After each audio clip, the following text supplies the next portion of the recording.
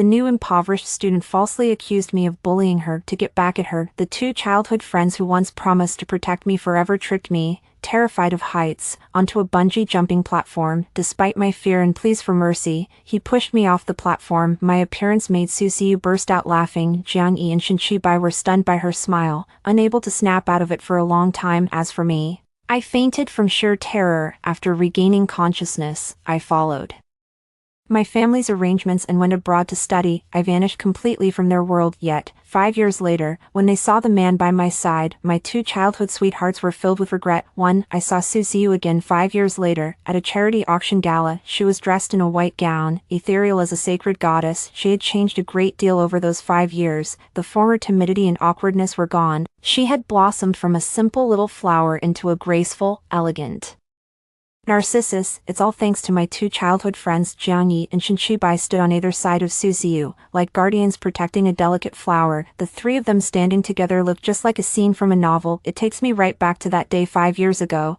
when I was tricked into getting on that bungee platform. Shen Qibai came to me saying Jiang Yi was about to jump off the bungee platform without any gear, an easily exposed lie, and I believed it. When I rushed up, I saw Jiang Yi holding the bungee jumping gear. Shen Qibai followed close behind. They say that when people are afraid, they'll abandon all pride and beg for mercy. I'm extremely afraid of heights, and by the time I realized what was happening, my legs had gone weak and I was powerless. Under my terrified gaze, Jiang Yi and Shen Qibai helped me put on the bungee jumping gear. No matter how I cried and begged for mercy, the two of them showed no sign of stopping. I don't know why they're treating me like this. We've been childhood sweethearts since we were kids. They swore they would protect me forever, but the moment I saw Suziyu, everything became clear. They're trying to get revenge for Suziyu. A gentle smile played at Shen Qibai's lips, yet the words that escaped his mouth were cold and heartless. He gently touched my head. Come on, Xiaoran, you can make the jump. I shook my head violently, my words stammering as fear took hold.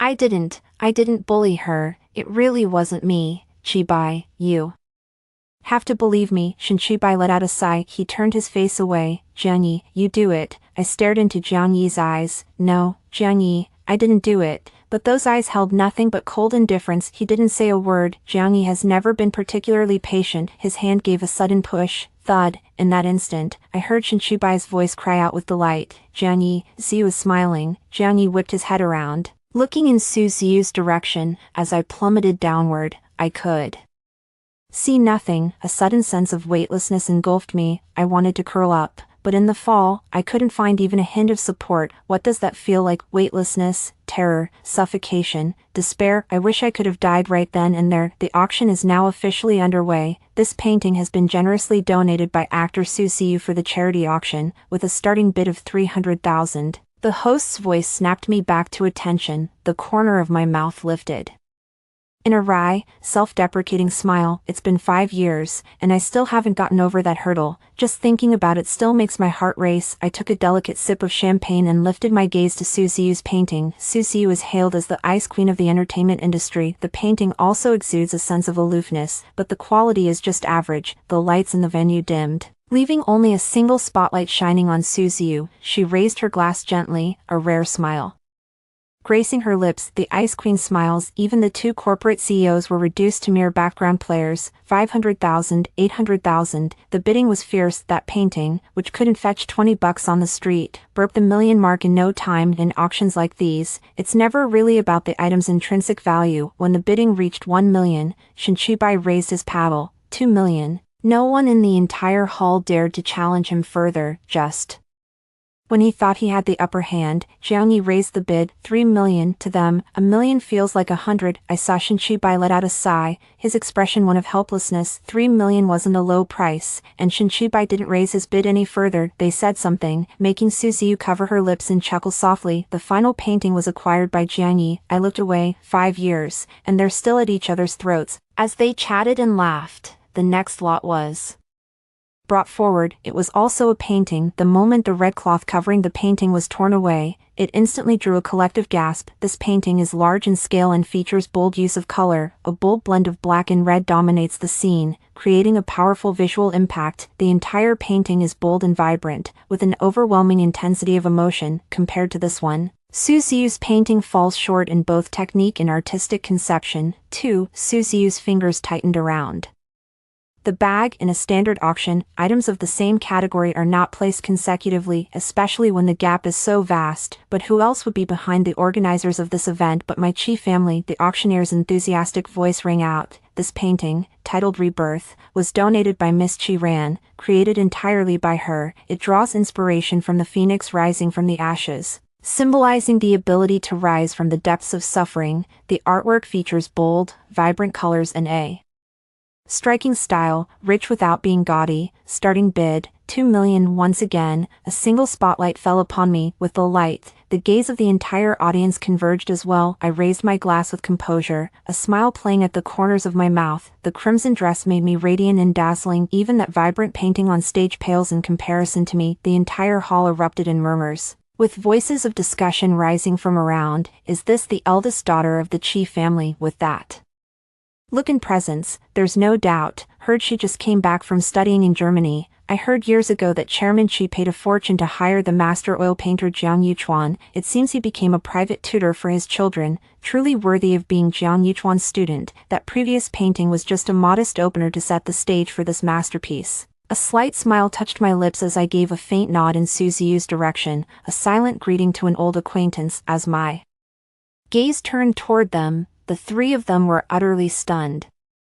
Yet, beneath the shock, I didn't miss the flash of admiration in the two men's eyes, nor the panic in Su Ziyu's. 2,300,000, 2,500,000, 3 million. Before they could react, someone had already raised their paddle to bid higher. This round of bidding is far more intense than the last. A faint, detached smile touched my lips, as if none of this concerned me. Jiang Yi squeezed the auction paddle, a flicker of hesitation passing behind his gold rimmed glasses. A moment later, he raised his paddle. 10 million. Su Ziyu turned to look at him in disbelief. Jiang Yi, however, did not look back at her. Su Ziyu bit her thin lip lightly, her eyes rimmed with red. Faced with her own boyfriend driving up the price for another woman, even she couldn't help but feel wronged. No one bid higher for a moment. It's just a painting. 10 million is way too high a price. I remained still, as if I couldn't feel Jiang Yi watching me. The auctioneer on stage began to strike the hammer. With each hammer strike, Su Ziyu lost a little more color from his face. Just as the third hammer was about to fall, a casual voice sounded beside me. 20 million. 3. Chuyan's hand rested lightly on the small of my back. His entrance commanded the attention of everyone in the room. All eyes were on the man who could drop 20 million on a single painting. Chuyan cast a glance in Jiang Yi's direction. He lowered his head and whispered into my ear, right in front of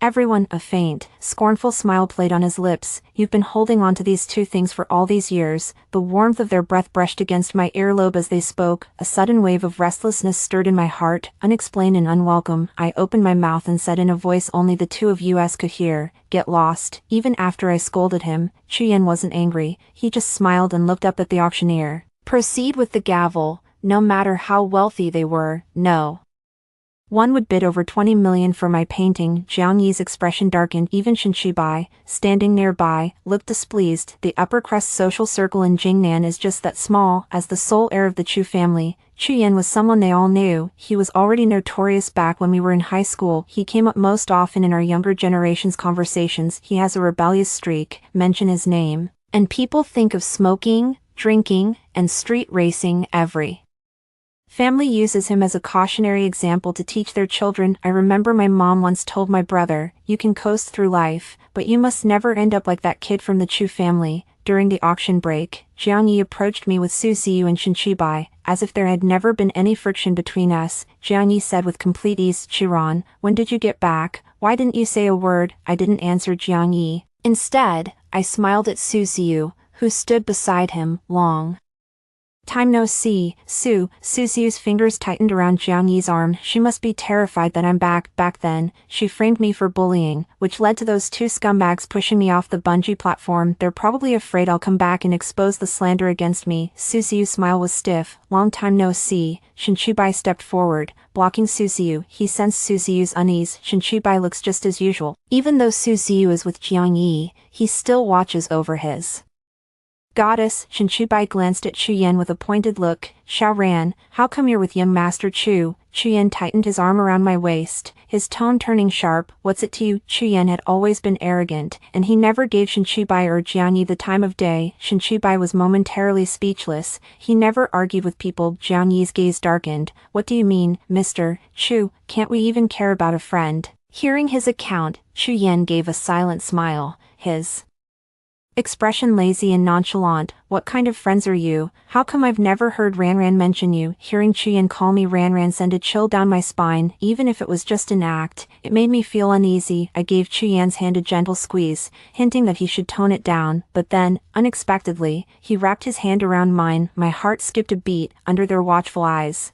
I had no choice but to let him lead me, seeing that the time was about right, as if oblivious to their veiled rivalry. I offered the group an apologetic smile. I have something else to attend to. Excuse me for now. With that, I turned to leave, but I didn't expect that just as I turned around, Jiang Yi reached out and grabbed my arm. The moment before his hand touched my body, Chu Yan wrapped his arms around me and pulled me into his embrace. He dodged Jiang Yi's touch with his other hand. He clenched Jiang Yi's collar in an instant. The atmosphere between Chu Yan and Jiang Yi grew tense. I remained silent, unable to fathom what Jiang Yi was trying to do. Su Xiu stepped forward to intervene, his voice urgent. Let Jiang Yi go. What do you think you're doing to him? Chu Yan ignored him, tightening his grip on Jiang Yi's collar. His voice carried a threat of menace. Don't touch her. Jiang Yi didn't move. His eyes were fixed on me alone. She ran. About what happened 5 years ago. I'm sorry, for the color drained from Su Xiu's face in an instant. My heart remains utterly still. It's been 5 years. If they really wanted to apologize, they would have done it already. Since my brother took power, the Qi family has risen to prominence, already showing signs of surpassing the Jiang and Shen families. After that incident 5 years ago, the Qi family cut off all ties with both the Jiang and Shen families. Now I'm back, and I ran into him at the auction. This is the perfect opportunity for the two families to reconcile. Jiang Yi is no longer the rebellious youth he once was. He now has many factors to weigh. In business, there are no permanent enemies. If we can turn swords into plowshares through this, that would be ideal. Shen Qibai had also considered this angle. He seemed deeply remorseful. Xiaoran, we were young back then. We never imagined we'd cause you such great harm. I'm sorry. Su Xiu pressed her lips together tightly. Jiang Yi and Shen Qibai had only pushed me back then to stand up for her, and now they were the ones apologizing to me. Her body trembled, radiating a profound sense of fragility. She managed with difficulty. She ran. Before he could finish, I cut him off. 5 years ago is long past. Aren't we all grown up now? My appearance is too understated, as if they were truly about to smile and let bygones be bygones. Jiang Yi was taken aback, a flicker of disorientation crossing his usually unflappable face. Our bond isn't built in just a year or two. In the first flush of youth, Jiang Yi and Shen Qibai both had feelings for me. None of the three of us was willing to break through the barrier of friendship. TSK, without a rope, that would be murder, wouldn't it? Chu Yan interrupted their memories. I tugged at Chu Yan's sleeve, frowning and shaking my head at him. Let's not bring up the past. I tried to act indifferent, but my eyes welled up the moment I looked up. Her voice carried a faint hint of tears. Sorry, we'll take our leave now. Jiang Yi didn't stop me anymore. That instantly transported him back to our high school days. As I turned to leave, the guilt in his eyes was unmistakable. I've accomplished what I came for today, so there's no point in wasting time on the second half of the auction. Once in the car, I wiped away the tears I had forced myself to shed, thinking of how they looked just now. A smile tugs at the corner of my mouth. The real show is just beginning, expecting me to let bygones be bygones and laugh it off as if it were all water under the bridge. In your dreams, in my first year in Germany, I also wondered if I should let go of my resentment and forgive them. But later, I figured it out. Forgiving them is God's job, and my task, it's to send them to meet their maker. I was just about to tell the driver to go when the other car door opened. Chu Yan got into my car with utter nonchalance. I frowned, my tone unfriendly. What are you doing up here? He seemed oblivious to my tone, leaning back and settling into a more comfortable position. Only when he was properly settled did he finally speak. Ranran, I just spent a fortune for you, and this is how you repay me. The restlessness in my heart was stirred up again. Chu Yan's really getting into this whole calling me thing. I met Chu Yan at an off-campus party. There aren't many international students at our school. People like to get together on their days off. When I first arrived and knew no one, I attended a few of these gatherings. The gathering happened to coincide with the Chinese New Year, and we went to a vineyard outside the city. But to our surprise, the winery owner had mixed up the dates and confused us with another group of guests. While my senior was negotiating, I saw Chuyen leaning against the stairwell, smoking a cigarette. He was surrounded by Germans, tall and long-limbed. He held his own among them without seeming the least bit out of place. Chuyen and his group had offered a sufficiently high price and preferred not to be disturbed. The winery owner had no choice but to turn us down, however. This winery is quite remote. We hired a car to get here, and it's already left. We've arranged for it to come back up the mountain tomorrow. There was no other choice. The senior had to go negotiate with Chuyen and the others. She saw that Chuyen was a fellow countryman and assumed he'd be easy to talk to. Chuyen stubbed out his cigarette, a faint, ambiguous smile playing on his lips. Sure, before we could thank him, he pointed his finger at me. Have her come over tonight for a couple of drinks. 5. I was stunned. My companion was also stunned. The senior student immediately turned hostile. Don't you dare go too far, let's get out of here. She grabbed my hand and started pulling me towards the exit, not even caring if we could make it back to the city. Back then, my emotions could be a bit unstable at times. It doesn't normally show, but if someone provokes me, my thoughts can turn extreme in an instant. The doctor said this is a form of depression, also classified as post-traumatic stress disorder. At that moment, my mind went completely blank, and I couldn't quite make out what people around me were saying. I took my senior's hand and walked step by step toward Chuyen. He's so tall, I have to look up to see him. Chuyen didn't move, his dark eyes glinting with mockery. He was curious about my behavior and wanted to know what I was up to. The next second, I yanked a bottle of red wine from the wine cabinet and smashed it over Chuyen's head, leaving everyone in stunned silence. Bang! The bottle shattered, and red wine mixed with blood streamed down from his head. It trickled all the way down into his collar, staining his pristine white sweatshirt. Chuyen's companion immediately stepped forward, but he raised a hand to stop him. Damn. He closed his eyes briefly, his earlier nonchalant demeanor replaced by sheer frustration. Miss Chi, can't you take a joke? He knows me. My friends, worried I'd get into trouble, pulled me back. We had the moral high ground before, but now that I've hurt someone, even our senior couldn't help but sound less confident.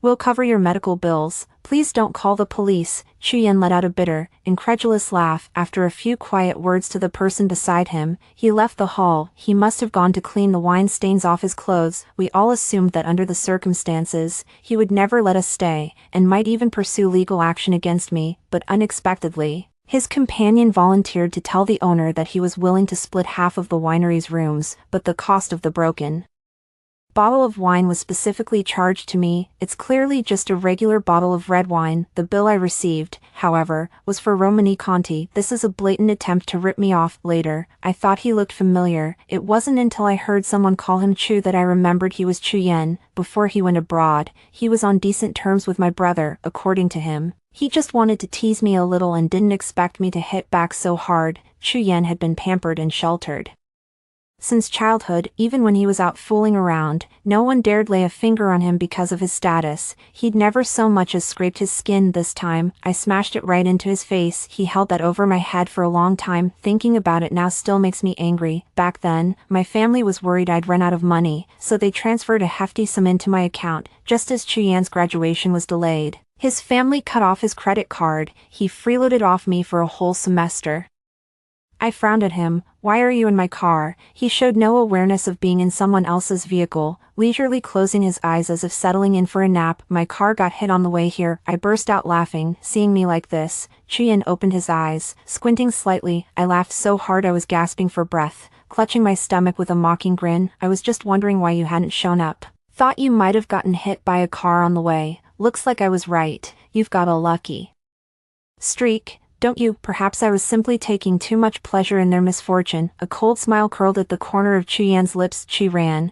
Are you trying to poison yourself with that sharp tongue of yours? 6. I rested my arm on the armrest, propping my chin in my hand as I watched him. Don't worry, even if you get poisoned, I won't die. Chuyen didn't say anything, and he turned his head too. After a few seconds of holding my gaze, his eyes drifted from mine to my lips. A flicker of meaning lingered in his eyes, hinting at something deeper.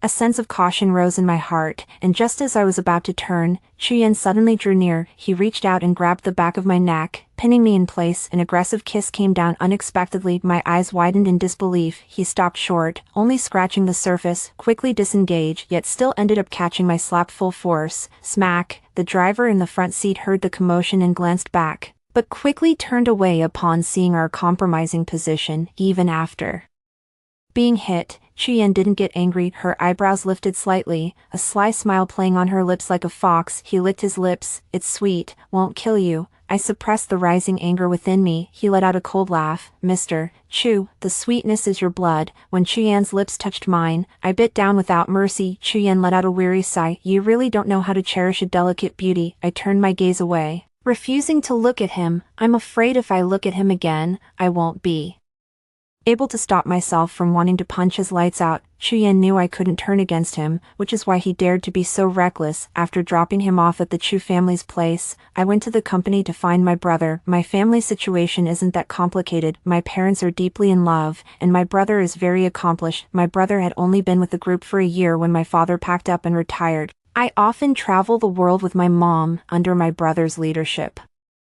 These past few years, the Chi family business has been thriving. It has already upset the balance that existed with the Jiang and Shen families for over 20 years, but he also works harder than anyone else. It's already 11 o'clock, and you're still at the office. When I walked in, my brother glanced up at me but didn't say a word. I raised an eyebrow. Normally, he would have greeted me by now. After a moment, he spoke, feigning nonchalance. I heard Chuyen spent 20 million on your painting.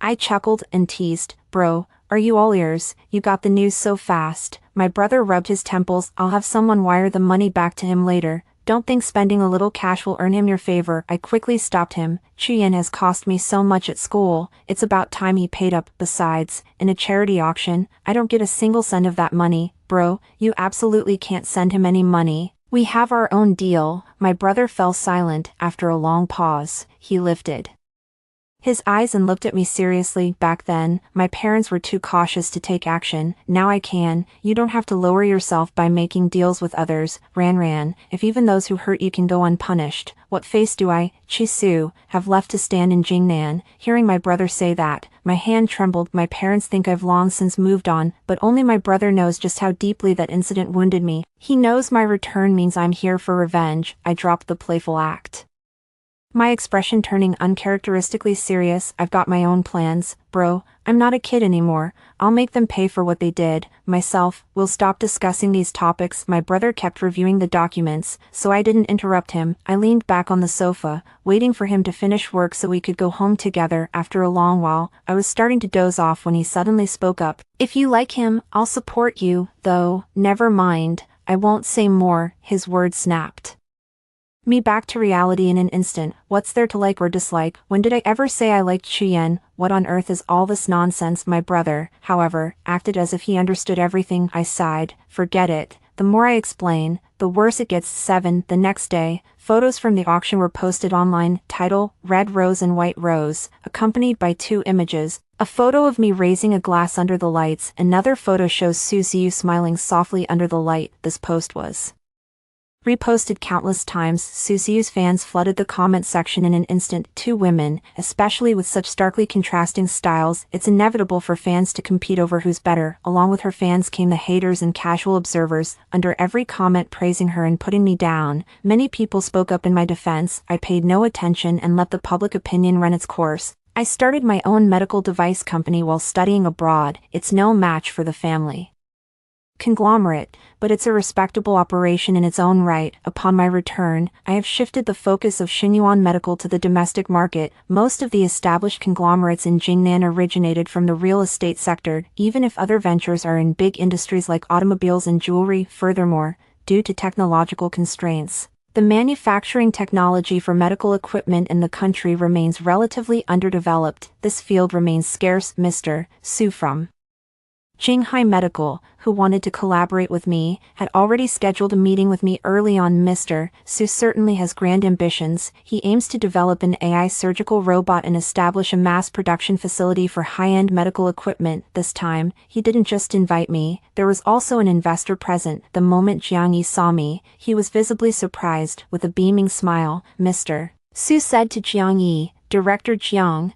this is Director Qi, a true expert. Don't let her being a Woman lead you to underestimate her. Her accomplishments are truly remarkable. She's every bit as capable as any man. Su Rui was playing dumb, feigning ignorance. These old foxes are more cunning than they have pores on their faces. My history with Jiang Yi is an open book. There's no way he didn't do a background check. Jiang Yi cut in. We know each other. Oh, you two know each other. That makes things much easier. I remained calm, saying, business is business, Mr. Su, you're joking. Su Rui was a natural at setting the mood, and over drinks, he managed to outline the project in broad strokes. I'll have tea instead of wine. Jiang Yi, on the other hand, drank quite a bit. Midway through, Su Rui went to the restroom. I knew he stepped out on purpose, to give us some space to talk privately. Unlike the seriousness I had when discussing the project earlier, I relaxed and broke the silence. I took a sip of tea and sighed. I still prefer the tea from home. Jiang also loves tea, having collected various teas since his school days. I even mocked his hobbies, saying they were as old-fashioned as an old man's. He paused, a complex emotion flickering in his eyes. I still have that moonlight white tea I saved for you. I'll have someone send it to your place one of these days. For a moment after speaking, he seemed lost in thought. It was as if he only realized after the words left his mouth that we were no longer the childhood friends we once were. I looked up at him, pleasantly surprised. You remembered I like moonlight white. Under my hopeful gaze, Jiang Yi's expression softened. A faint smile touched his lips as he said softly, how could I forget? I don't really like tea. The only reason I like moonlight white is because of its name. Jiang Yi had saved up quite a bit for me back then. I don't live at home. I'll come pick it up whenever you're free. Then, my tone shifted. It's been so long. I wonder if it's gone off. Jiang Yi knew I wasn't talking about the tea. Silence fell over the private room. After a long moment, he let out a soft, rueful laugh. Xiaoran, the tea itself doesn't change. He laughs, and I laugh too. It felt as if we had made up. Still the childhood sweethearts we were 5 years ago. The atmosphere between us has lightened up quite a bit. After so many years apart, I found myself reminiscing about the old days with Jiang Yi, a strict homeroom teacher, a vice principal who stutters, the plane tree at the school gate. We have too many memories between us. Just as Mr. Su walked back in, we were reminiscing about that summer after freshman year, the three of us sneaking off to the Padala Palace. Shen Chubai was hit hard with altitude sickness, looking utterly ridiculous as he snapped photos for me between dry heaves. The meal was enjoyed in perfect harmony. This is too big a project to be decided on the spot during a single meeting between the three of us, and as an investor, there are many factors to consider. Jiang Yi might have heard of Xinyuan Medical, but he certainly didn't know much about it. Su Rui wasn't in a hurry. He simply arranged the time for their next meeting with Jiang Yi. Before we parted, I added Jiang Yi on WeChat. I opened his moments, and there was only one post. That's a photo of Su Xiu stepping onto the stage to receive an award. Caption, my superstar 8. We've scheduled our next meeting for a week from now. This week, Su Xiu and I have remained consistently popular online. But it's mainly Su Xiu. She manipulated public opinion and hired online trolls. Online buzz shifted from mixed reviews to overwhelming praise. They even went so far as to showcase the painting she had at the auction. The comments section was far from kind. Our goddess's painting is the most beautiful. That woman is clearly just some tacky gold digger trying to crash the event, right? Who shows up to an auction dressed like that? Is she getting married? White rose, red rose. Please, that's the difference between a pure, cherished memory and a disgusting nuisance. How dare you compare that plastic surgery face to my goddess? The hype reached a fever pitch once again. As long as I don't speak up, no one can uncover my identity. Su Xiu was feeling rather smug. She knew someone of my status wouldn't normally show up online, so her hired trolls ran wild without restraint. She even went so far as to claim she didn't know me when a reporter asked about my identity during a program interview. Suddenly, I became the internet's favorite party-crashing socialite, and Su Xiu is hailed as the sacred white moonlight. I wasn't in a hurry. I let Su Xiu enjoy his moment for a few days. The day before her meeting with Jiang Yi, a post titled "Beauty is the least worth mentioning thing about her" was posted. The post publicly revealed my identity. It started by recounting my childhood experiences. It didn't mention my parents, however, but from my surname. Many netizens guessed my connection to the Qi family. From a young age, I participated in various competitions, excelling not only academically but also achieving success in my other interests. At just 12 years old, I even placed in a national shooting competition. Later, I went abroad and founded Xinyuan Medical Devices. We supplied them to hospitals in Jingnan at a low cost, contributing to healthcare in southern Beijing, and now, moving the company back is solely dedicated to advancing domestic healthcare. The article also includes a photo of me receiving an award, and then there's that auction painting, Rebirth.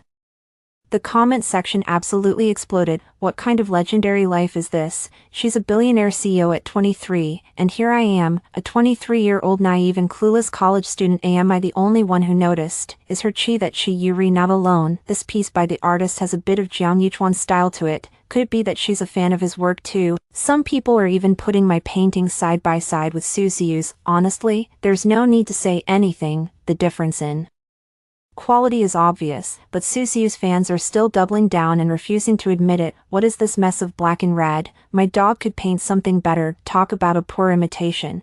Does she really think she can pull off Jiang Yuchuan's style? This has to be plagiarism at Jiang Yuchuan. You need to see this. Someone is ripping off your work. I had no idea our teacher was also active on the front lines of the internet. He posted a Weibo in an instant. Allow me to introduce my most outstanding student. The accompanying image is my very own piece, Rebirth, that backfired way too fast. Su Ziyu's fans vanished instantly. It was at this time that I registered a Weibo account and verified my identity as the president of Xinyuan Medical. Overnight, I gained over 100,000 followers. I'm returning to China to pursue my career, and I need to build some momentum. This move isn't just about stealing Su Ziyu's thunder, we also leveraged her to boost the visibility of both me and Xinyuan. Ride the wind and seize the day. There's no force better than Su Ziyu's. You could say that this time, Su Ziyu not only lost face but also gave me a free publicity boost. With that post kicking things off, my story was gradually dug up online. An insider revealed that Su Ziyu and I actually attended the same high school, and we were even in the same class. 9 videos of Su Ziyu's interview are being widely shared. Her Weibo comments kept flooding with questions. So you were actually strangers with your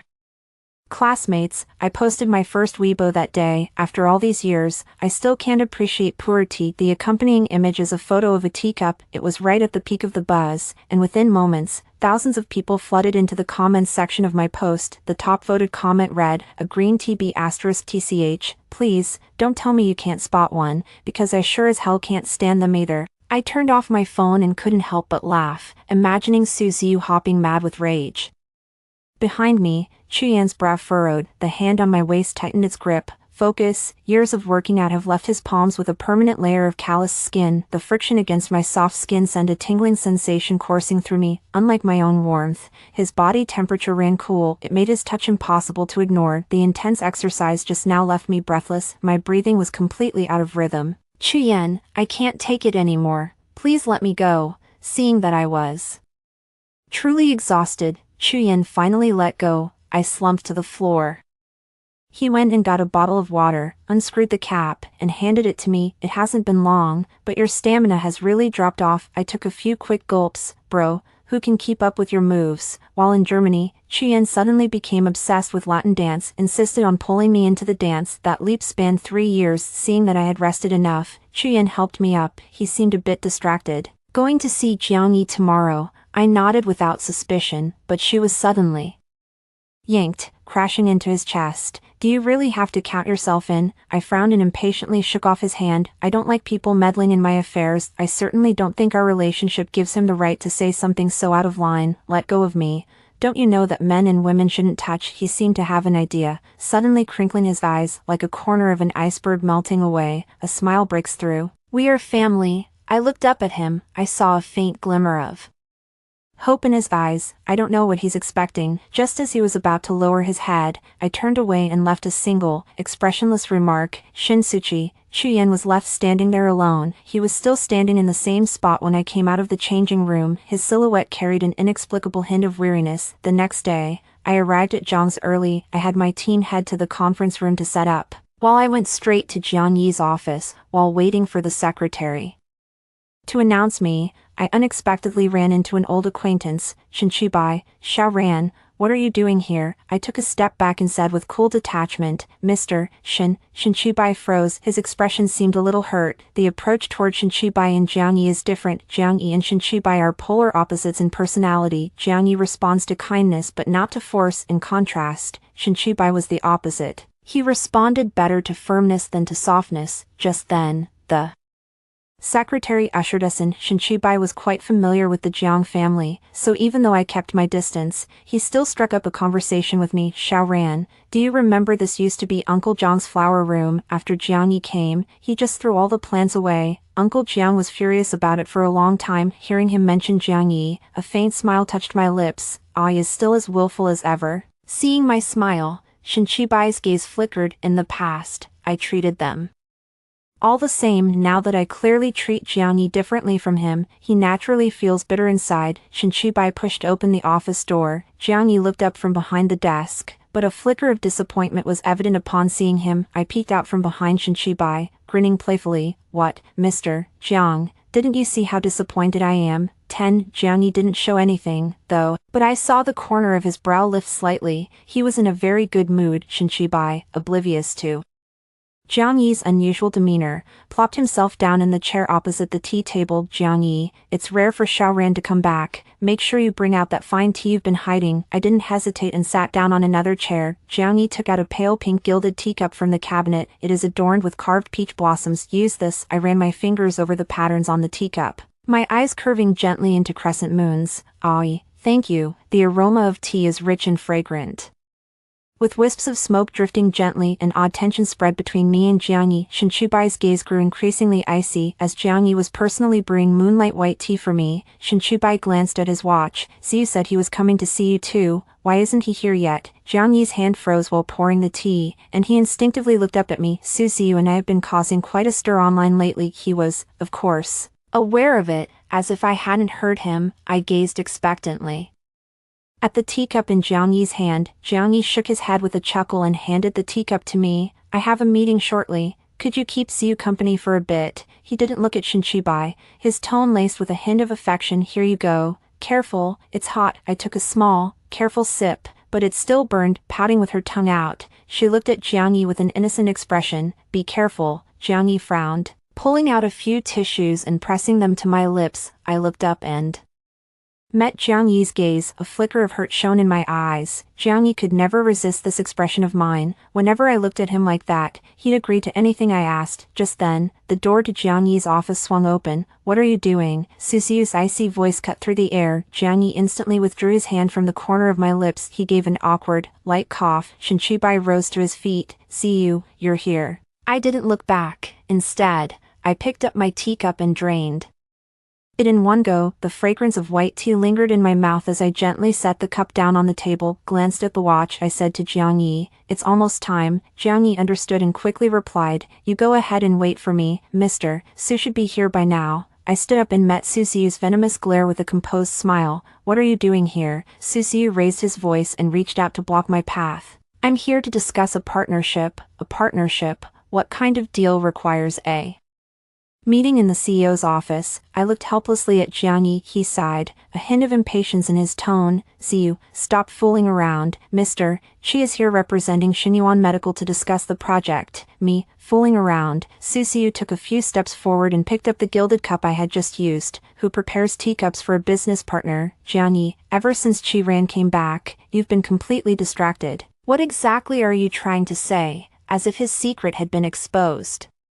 Jiang Yi's expression changed instantly. Susuyu may appear aloof on the surface, but in reality, he is insecure and sensitive. After she got together with Jiang Yi, aside from essential social engagements, she never let him attend any others. As if to prove her worth in Jiang Yi's heart, she often calls Jiang Yi home from drinking parties. At first, it was just a playful dynamic between lovers, and Jiang Yi savored every moment of it, but after a long time, Jiang Yi had had enough. Even the strongest bonds can develop cracks. Jiang Yi's expression darkened, his gaze turning icy and sharp. Can you stop being unreasonable? What could I possibly have for Chi Ran? Susuyu bit her lip, her eyes rimmed with red. Jiang Yi, don't you forget what I went through 5 years ago. 11. Her words left everyone in the office stunned. Jiang Yi looked at me, momentarily dazed, as if remembering something. In my senior year of high school, Su Xiu transferred to our class as a student from a financially disadvantaged background in a prestigious high school like ours. The atmosphere is like a miniature society. Children here are exposed to class and power at an earlier age than most. Su Xiu may be good at studying, but here, it's not about learning to speak. I never get involved in class affairs. To me, it's better to spend that time playing tennis 2 more times. But I ran into Su Xiu in the equipment room. She was soaked to the skin, hugging her knees and sobbing. Though I'm naturally cold-hearted, I still draped my coat over her. Later, I noticed Jiang Yi was getting closer to her. Whenever others picked on her, Jiang Yi would always step in, with Jiang Yi backing her up. No one in the class dared to bully her anymore. Summer break was just around the corner, and Jiang Yi, Shen Qibai, and I were planning a trip to Switzerland. But a week before the holiday, Su Xiu said Jiang Yi wanted me to meet him in the equipment room. The equipment room was pitch black, and I could hear faint rustling sounds coming from across the room. When I turned on the light, I saw Su Xiu's wrist had been slashed by a blade, with drops of blood splattering onto the floor. Even though I was young at the time, my mind was already mature. I didn't step forward, but watched her warily. Su Xiu remained exceptionally calm, a cold smile playing on her lips. Immediately after, I heard the shouts of Jiang Yi and Shen Qibai. I will never forget the expression on Su Xiu's face. It was the look of someone holding all the cards. She immediately dropped to her knees, tears welling up in her eyes. The voice was mournful and heart-wrenching. I'm sorry, I was wrong. The equipment room door was kicked open immediately afterward. I was pushed away by Jiang Yi. He descended from the sky like a savior, lifting Su Xiu into his arms. His gaze was cold and utterly heartless. I turned to Shen Qibai for help. He shook his head in disappointment. Chiron, I never thought you'd be this kind of person. Su Xiu's methods weren't particularly sophisticated, but they worked for a moment.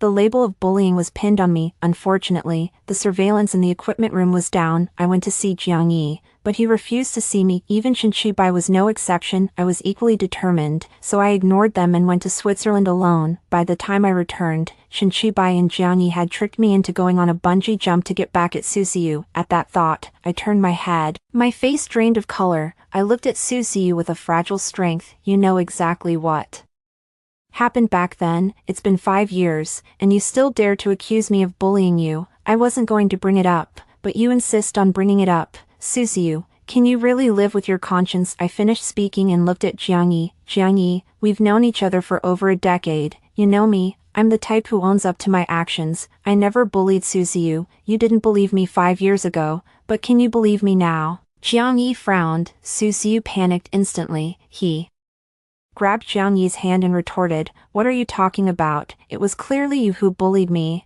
I chuckled at myself. If it were really me, I wouldn't be in the equipment room. After a glance at Jiang Yi, I shook my head in disappointment and left the office. Xiao Ran, Shen Qibai rushed out after them. When I turned around, I saw Jiang Yi staring at me with a complex expression, his lips pressed tightly together. 12. Once the seed of doubt is planted, it takes root and grows. I didn't attend the meeting. Instead, I left Jiangcorp. Shen Qibai's car followed me the whole way. I parked the car by the seaside. The sea breeze was biting cold, and the beach was sparsely populated. I pulled my coat tighter and sat down on a bench. Shen Qibai sat down next to me. Xiao Ran, Xiu just loves Jiang Yi too much. She doesn't mean anything else by it. I took a deep breath and turned my tear-streaked face away. Then what did I do wrong? Shen Qibai, tell me, what exactly did I do wrong? At my strident questioning, Shen Qibai froze. We've known each other for almost 20 years. Why can't you trust me? I consider you my closest friends. I was choked with tears. Shen Qibai fell silent. I've always been proud and stubborn. I can count on one hand the number of times I've cried in front of others. Ever since I was a child, he had never seen me look so vulnerable before. He offered me a tissue,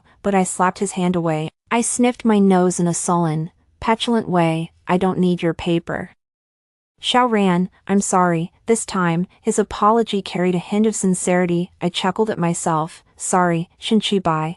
Did you ever truly believe in me? How much sincerity is in that sorry of yours? I knew he was apologizing just to trick me into going on the bungee jump. Even now, Shen Qibai still refuses to believe he wronged me. He refused to believe he had misjudged the person. People like them, the chosen ones, may appear gentle and humble on the surface, but deep down they are all arrogant.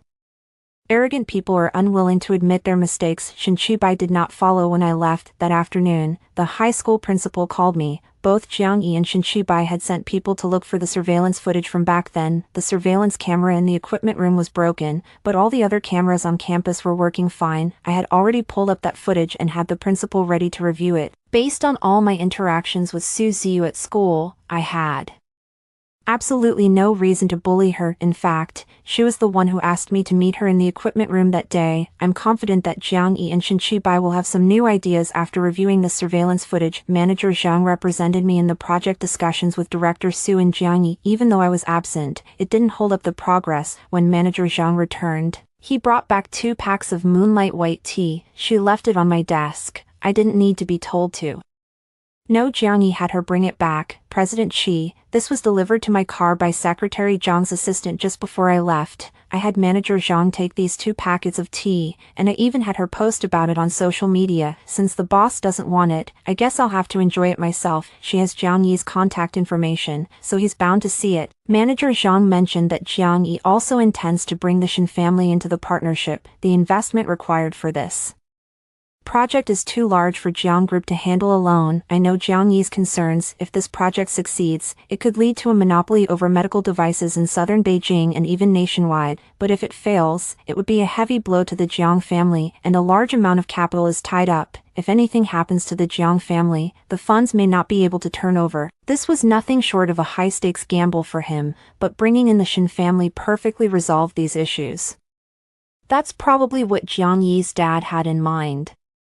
I've instructed Manager Zhang to continue coordinating with General Manager Su, conveying that Xinyuan has no objections to the Shin family joining the partnership, and to expedite the signing process. Right after that, I posted a Weibo. Still, my favorite is Moonlight White, but the accompanying image isn't the 2 tea packages from Jiang Yi. The following days, I didn't get in touch with Jiang Yi, yet he sends Moonlight White tea to me every single day. In the end, every single one of them went to Manager Zhang. Meanwhile, Shin Shibai kept asking me out. At first, I had my secretary turn him down. He was persistent. After being rejected for 3 days straight, he showed up bright and early at Xinyuan on the 4th day. The secretary didn't dare to delay and promptly showed him to my lounge. I deliberately arrived late, not showing up at the office until noon, having waited for me all morning. Shin Shibai showed not a hint of impatience. Xiao Ran, let's have lunch together. Play hard to get. Enough was enough, and I stopped refusing. 13. Shin Shibai was behind the wheel himself, and I sat in the passenger seat, my mind drifting. He kept bringing up old times, and I responded half-heartedly. The car drove on for a long time, and I didn't ask where we were going, but judging by the route, they're heading straight for the compound. Returning to this familiar place, my heart remains as still as water. He took me to the noodle shop at the entrance of the compound. My former boss has moved on. The noodle shop wasn't big, but as kids, the 3 of us would sneak out to eat here to escape the meals at home. But looking at the greasy table and the murky soup, I had no appetite at all. Even Shin Shibai was no exception. He paused with the noodles lifted on his chopsticks, but in the end, he didn't take a bite. He felt a bit awkward and gave me an embarrassed smile. Xiao Ran, let's have something else. I didn't say a word, just stared at him. After a moment of silence, he was the first to yield. He asked me, as if asking himself, can we ever go back to the way things were? Even the noodles we used to love are hard to swallow now. If a simple bowl of noodles is like this, then what about us? My gaze turned cold. The old friendship has long since dissolved completely. I'm willing to bring it up since it's in my favor, but that doesn't mean I enjoy bringing it up. I asked bluntly. Shin Shibai, do you believe me now? Shin Shibai's lips parted, but no sound came out. I let out a soft, derisive snort. My gaze held nothing but disappointment as I looked at him. Without waiting for him to speak, I stood up and turned to leave. Qi Ran, I believe in you. Shin Shibai's voice came from behind me. This time, his tone was firm and without hesitation. Shin Shibai took hold of my hand. With utmost sincerity, he repeated himself, I was wrong 5 years ago. Xiao Ran, I believe you. I gazed at him, and a smile blossomed on my face, melting away like winter's ice. Seeing me smile, he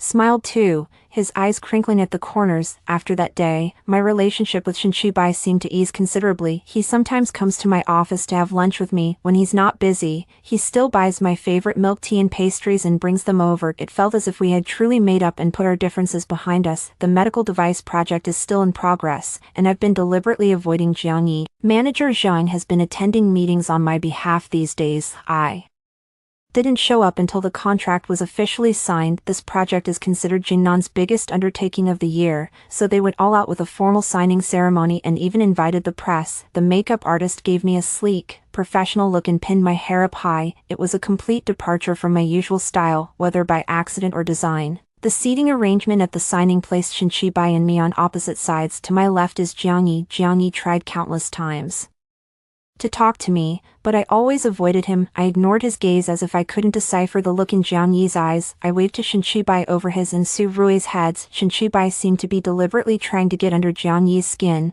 bypassing both of them to invite me to dinner tomorrow. Jiang Yi's face darkened visibly, but he couldn't make a scene in front of the media. We finally made it through the contract signing, and the four of us posed for photos in front of the press. Most of the attendees were financial reporters, but after the questions about the project, one of them suddenly turned to me. "Mr. Chi, netizens have revealed that you and actress Su Siyu were classmates. Why would she claim not to know you?" As soon as he spoke, everyone in the room pricked up their ears. Although asking such a gossipy question was inappropriate for the occasion, everyone was still intensely curious. I glanced at Jiang Yi and said lightly, "Maybe Ziyu has forgotten." The journalist was clearly dissatisfied with the response. "Do you have a conflict with Su Siyu? Is it because of President Jiang and President Shin?" The entire hall fell silent in an instant. The air around Jiang Yi suddenly dropped in pressure. The staff hurried to stop them. Shin Chibai stepped forward and answered on my behalf. "I don't have the kind of charm that would make Mr. Chi jealous over me yet. He deliberately built me up." I gave a slight smile, sharing a knowing look with Shin Chibai. Camera flashes went off incessantly,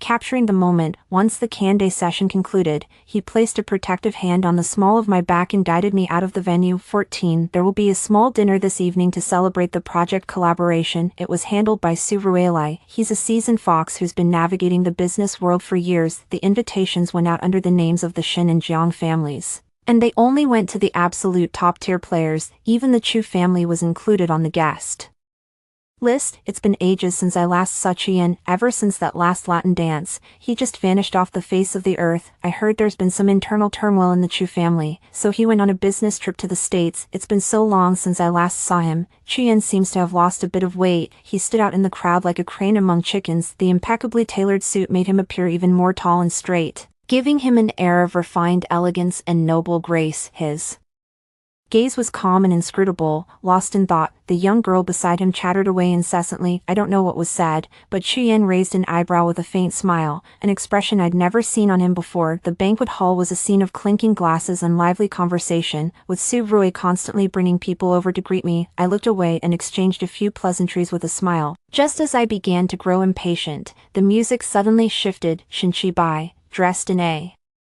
white gown, walked up to me. He was refined and gentle, like a prince from a fairy tale, bowing slightly as he extended his hand. "Xiaoran, may I have this dance?" The opening dance of tonight's banquet was particularly captivating. I smiled and gave a slight nod. Under the gaze of the entire assembly, I offered my hand to Shin Chibai. Today, I broke from my usual vibrant and bold style, wearing a simple black evening gown. The evening gown accentuates my deep, serene presence, adding a touch of mystery to my aura. The melody is light and soothing, and Shin Chibai is exceptionally gentlemanly. Every movement is perfectly timed. He would occasionally whisper in my ear, making me lower my head with a soft laugh. Anyone who sees the two of us would say we're a perfect match. Handsome man and beautiful woman. The dance ended, and thunderous applause erupted. With our entrance, the hall instantly came alive. When someone tried to strike up a conversation with me, I excused myself to fix my makeup and went alone to the lounge on the second floor of the lounge. On the second floor is a large suite. I made sure to brush past Jiang Yi on my way up, so he would see me entering this room. She took out the medicine she had prepared in advance from her bag and placed it on the coffee table. She tousled her hair a bit to create a tired look. A moment later, someone knocked on the lounge door. I had just pushed the door open, and before I could make out what was outside, I was suddenly embraced. The sudden kiss caught me completely off guard, like a storm out of nowhere. The unique scent of Chien enveloped me. Before I could resist, he grabbed me by the waist and pushed me through the doorway. He turned fierce, claiming my lips with a desperate, ravenous hunger. I tried to struggle, but he had my arm in a vice-like grip, leaving me utterly helpless. An overwhelming sense of possession feels like it's crushing me. I stopped resisting and let him take me. It was a long time before he finally let me go, his kiss leaving my lips tingling and numb. His breath was laced with longing, she ran. Before he could finish, I raised my hand. Smack! In the dim light, a flicker of hurt actually surfaced in Chuyan's eyes after I slapped him. The corner of his mouth was slightly swollen and red, his eyes glistening. He looked at me as if I were some heartless woman who'd abandoned her family. I let out a sigh and was just about to speak. The door to the lounge was knocked on again. I was startled this time. It had to be Jiang Yi. If Jiang Yi sees me and Chuyan here, everything I've prepared will be ruined. Almost on instinct, I grabbed Chuyan's hand and pushed him into the bathroom. Ran, I don't want to. Don't come out. Don't make a sound, or you're dead. Chuyan actually has the nerve to keep playing the victim. He looked like a puppy that had been abandoned. I shut the bathroom door. I didn't have time to think about him. I took a deep breath and went to open the door. Jiang Yi stood outside the door. You could tell he was hesitating, as if wrestling with himself. The moment he saw me, concern softened his eyes. She ran. What's wrong? After Chuyan's earlier ordeal, I didn't even need to pretend. My appearance was already a mess. Lips were swollen and red, eyes reddened, and strands of hair had come loose. Even the skirt was wrinkled. But I'm going to keep acting. With my eyes welling up but feigning toughness, I asked him with a guarded, distant edge in my voice, Mr. Jiang, is there something you need? Jiang Yi paused. Are you feeling unwell? His face was etched with concern. My body swayed weakly. She lowered her head, forcing herself to avoid his touch. I chuckled to myself and said nothing. Without another word, he turned and went back to the sofa in the lounge. Seeing this, Jiang Yi followed me inside. The 2 medicine bottles on the coffee table were glaringly obvious, and Jiang Yi spotted them immediately as he reached out to pick them up. I tried to hide them away in a futile, ostrich-like attempt, but Jiang Yi was still a step ahead and grabbed them first. He frowned as he read the words on the medicine bottle, paroxetine, sertraline, worried that Jiang Yi wouldn't recognize it. The medicine bottle had the treated conditions written on it. I wanted to rush up and grab it, but I was too weak and collapsed into the sofa. Realizing what the medicine was, Jiang Yi suddenly looked up at me. His voice trembled slightly. She ran. Why are you taking this medicine? 15. I managed a weak smile. She was smiling, yet her eyes were brimming with tears. I took a deep breath, as if I had decided to lay my cards on the table. Why do you think I'm taking this medicine? Is it because of me? Jiang Yi's voice was soft, tinged with a hint of uncertainty. I didn't answer him, tears falling one by one. He had never seen me like this before. For a moment, he was at a complete loss. I choked out, I regret going abroad. The tears flowed like a burst dam. Jiang Yi froze, his eyes brimming with guilt and tenderness. Yeah, he should feel guilty. I gasped for air, my brow furrowed, looking as if I couldn't breathe. She ran. Are you okay? What's wrong? Jiang Yi hurriedly supported me, and to make it more convincing, I collapsed right into his arms. She ran. Don't scare me like this. Just as he was about to dial 120, I grabbed the hem of his suit jacket and gasped with difficulty. My medicine. He understood immediately. Pouring out the medicine I was pointing at and giving it to me to take, he crouched down in front of me, meeting my gaze at eye level. After a long moment, I finally calmed down. What on earth is going on with you? I gave a self-deprecating laugh. It's a somatic symptom from my PTSD. Must have scared you. I haven't had an episode in a long time. Jiang Yi froze. I acted as if I hadn't noticed his expression and just kept talking. Back then, you and Shen Qibai didn't believe me. The doctor said I was living in a state of constant self-denial every day. Then, after I jumped from that high platform, the trauma was too much, and it left me with this. It's actually gotten a lot better these past 2 years. I looked at Jiang Yi with a comforting gaze. When I first went to Germany, I had to rely on medication just to fall asleep every day. The doctor said if I could forget all this, I'd naturally get better. But Jiang Yi's eyes grew red at the corners, and he suddenly pulled me into an embrace. I'm sorry. She ran. I'm so sorry. My voice choked up once more. You know how terrified I am of heights. Why are you doing this to me? I swear I never harmed Suziyu. Jiang Yi remained silent. Suziyu is his girlfriend, and they've been together for almost 5 years. He was reluctant to believe that Suziyu would stoop to slandering me with something like this, yet he couldn't shake the feeling that I wasn't faking it. After all, we've shared over a decade of friendship. Just then, the lounge door was kicked open. Suziyu burst through the doorway. Jiang Yi instantly let go of me, a look of panic flashing across his face. Suziyu stared at him. Her eyes were filled with disappointment. She didn't make a scene, didn't say a word, just turned and walked away. Jiang Yi glanced at me, hesitated for a moment, then went after him. It all happened so fast. I was still lost in the moment, and the person before me had already vanished without a trace. Footsteps sounded from behind as Chuyen emerged from the bathroom. He remarked coolly, "TSK. Miss Chi, your acting is quite impressive." I grabbed a tissue and wiped the tears from my face. I said with a blank expression, "You're the one who called Susie. I was afraid if no one interrupted you too, you'd end up rolling into bed together." I narrowed my eyes and looked up at him. "What, Mr. Chu, are you jealous, or are you the one who wants to end up in bed with me?" He didn't get angry when I said that. A wicked smile curled at the corners of his mouth. "You're right, I just want to get into bed with you." I gave a hollow, insincere smile. Chuyen leaned against the doorframe, slipping back into his usual carefree and nonchalant demeanor. The objective for today had been achieved. A minor hiccup didn't change that. I had no desire to bicker with Chuyen any further. After straightening myself up, I prepared to leave, but Chuyen just had to go against my wishes. He locked the door and, before I could react, swept me up into his arms. My body was suddenly airborne, and I instinctively wrapped my arms around Chuyen's neck. "Are you insane? Let me go." Chuyen's refined features gave no hint of his emotions. With a thud, I was tossed onto the lounge bed by Chuyen. 16. The world spun wildly. Chuyen pressed closer, his scorching body flesh against mine. His dark eyes were unreadable. His unique scent of agarwood enveloped me, and for a moment, my head felt dizzy. "Chi Ran,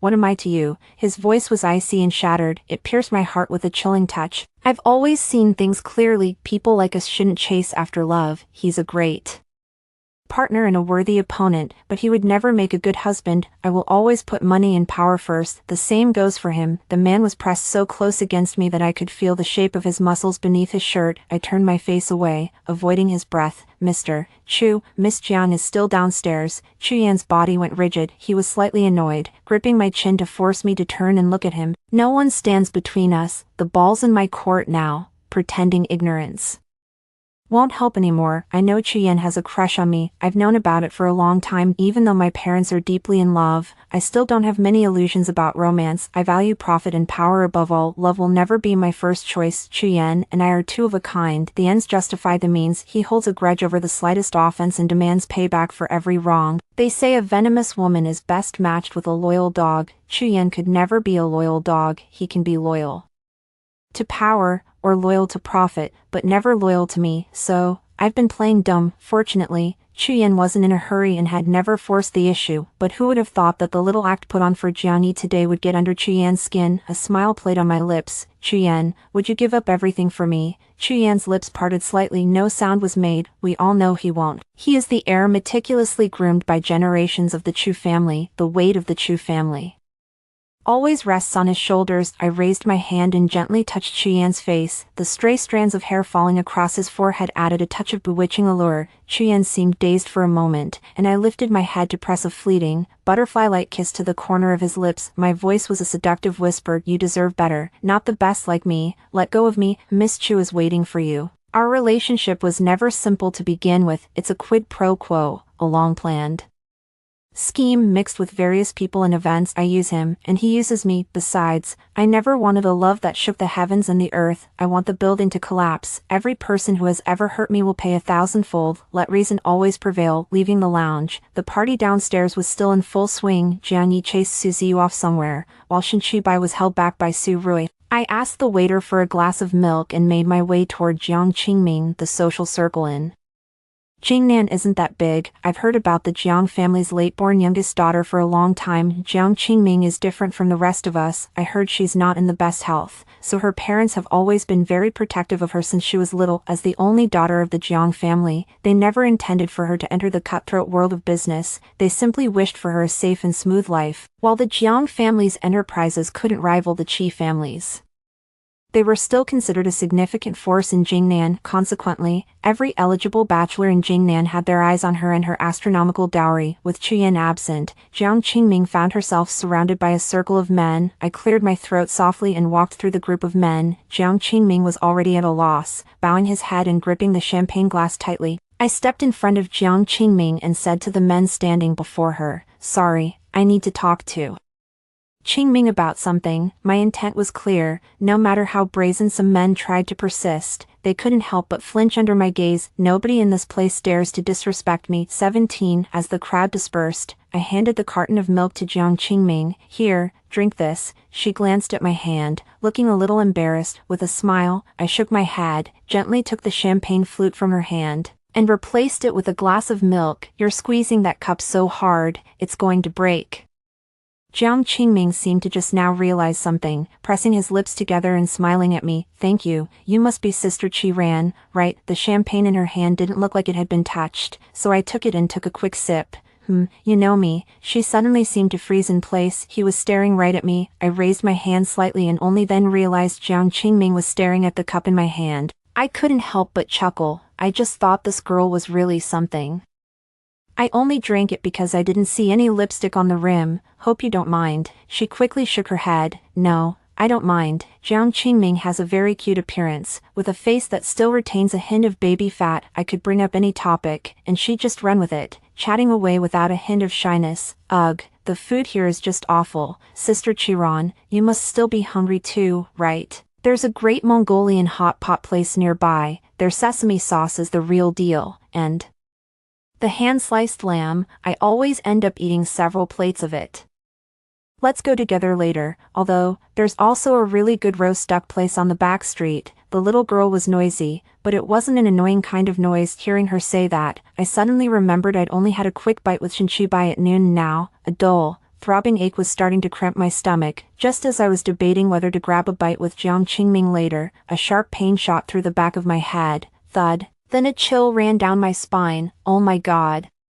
What's going on? My head spun, and I would have stumbled if Jiang Qingming hadn't steadied me. What are you doing?" Jiang Qingming questioned Suziyu, who stood behind him. Shinchibai quickly stepped in and held me back, demanding of Suziyu, "What do you think you're doing?" Suziyu sneered, pointing at me. "What I'm doing? Well, no one knows, right? This glamorous CEO Qi, behind the scenes, seducing other people's boyfriends." "Qi Ran, how shameless can you be? First, you snatched Shinchibai, and now you're trying to lure Jiang Yi too." As soon as she spoke, a wave of hushed whispers rippled through the crowd. "Seriously, you really can't judge a book by its cover. His girlfriend actually hit him. That pretty much confirms it's true." TSK, Chairman Qi looked so stoic and reserved. Who knew he was so wild in private? Heh, I'd love to see how she really acts when no one's watching. BM. The man who had just spoken was knocked down with a single punch. I looked up to see Chuyen standing over the man, his foot planted on the man's hand. His face was expressionless, yet there was a fierce intensity in his gaze. "What did you just say?" The man howled in agony, begging for mercy over and over. "I didn't say anything. I didn't say anything at all. I was wrong, Mr.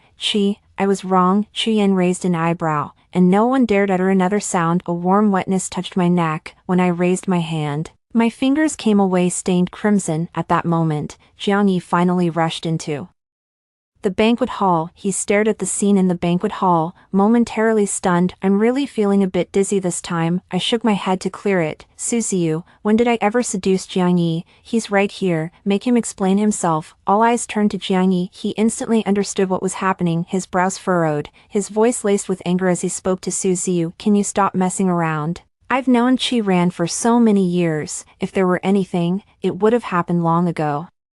Apologize to Qi Ran right now." Suziyu let out a bitter smile. "Am I making a scene? Jiang Yi, do you even know what's going on?" My body swayed, and I struggled to keep my balance. Shinchibai let me lean against him. He looked at Suziyu with disappointment. "Suziyu, you've gone too far." His eyes were pools of ice, just as he had looked at me because of Suziyu all those years ago. This same feeling had now come full circle to Suziyu himself. Suziyu's lips parted, a wounded look in his eyes as he said, "Chibai, don't call me that." I really want to see Suziyu's expression again, but my head was spinning so badly that my body went limp and I collapsed completely. Before I blacked out, I saw Chuyen's hand reach out toward me, then withdraw. 18. When I opened my eyes again, I was in a hospital room. My head was wrapped in a thick layer of bandages. My head still felt a bit fuzzy. My brother was resting with his eyes closed on the sofa by the bed. He opened them when he heard my voice. Awake, I gave a soft hum in reply, not quite daring to meet his gaze. "So this is your idea of revenge? I've never seen anyone land themselves in the hospital before they could even get their payback." I gave a forced smile and steered clear of the topic. "Bro, how did it go?" My brother snapped. "We've called the police. Suziyu's still at the station, and you'll have to give a statement when you wake up." I understood at once. Suziyu was practically handing me the evidence against himself. Just then, a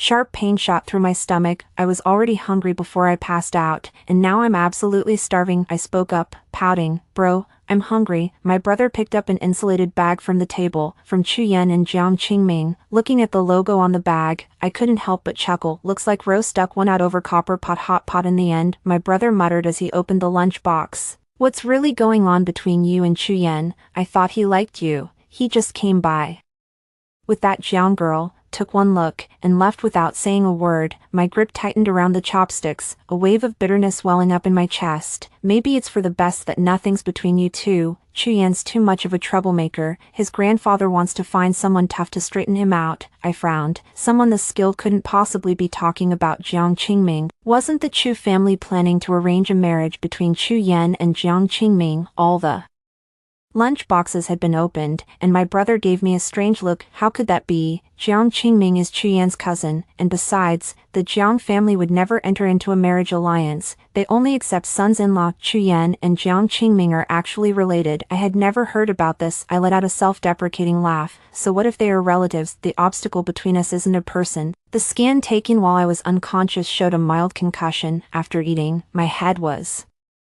still spinning, and I drifted back to sleep. The corridor outside the ward was constantly bustling with people. Everyone at the banquet, whether I knew them or not, came to see me, all just to get a moment in front of my brother. I refused to see anyone. Early the next morning, Shinchibai arrived with several food containers. He looked a bit flustered as he took out the thermos of chicken soup and millet porridge. It's my first time making this, so I'm not sure if it's to your taste. Noticing my gaze fixed on him, a faint blush crept up to his ears. Don't worry, I've already tasted it. It's not poisoned. He made me laugh, and I took a sip with my head bowed. It tasted pretty average, but I still told him it was delicious. After he left, my brother threw everything he brought into the trash. He treats her like a princess when he's in love, and discards her like trash when he's not. What a scumbag. That's my brother's assessment of Shinchibai. I didn't agree or disagree. He really is a heartless and selfish bastard. With my parents away, my brother stayed by my side, taking care of me every step of the way. Ever since my brother found out I got injured, he ordered Qi Enterprises to halt all collaborations with Jiang Group. Every second of delay costs the Jiang and Qi families dearly. My brother doesn't mind, but the Jiangs might not be so sure. In the afternoon, Jiang Yi came with his mother. She kind of watched me grow up. They brought a lot of health supplements, and Jiang Yi's mother took my hand and sighed. Xiaoran, I'm too ashamed to face you. It's because of AE that you got hurt. I really don't know how I'm going to explain this to Shu when she gets back. As she spoke, she even dabbed at a couple of tears. Jiang Yi's mother was an actress in her youth. Even though she retired from the screen years ago, her acting skills haven't deteriorated one bit. It was the same act she put on back when I was pushed off that bungee jumping platform. My brother stood by silently. 19. Jiang Yi's mother was an elder. Out of respect for her, I couldn't cause a scene in front of her. I managed a weak smile and shook my head. I don't blame Jiang Yi.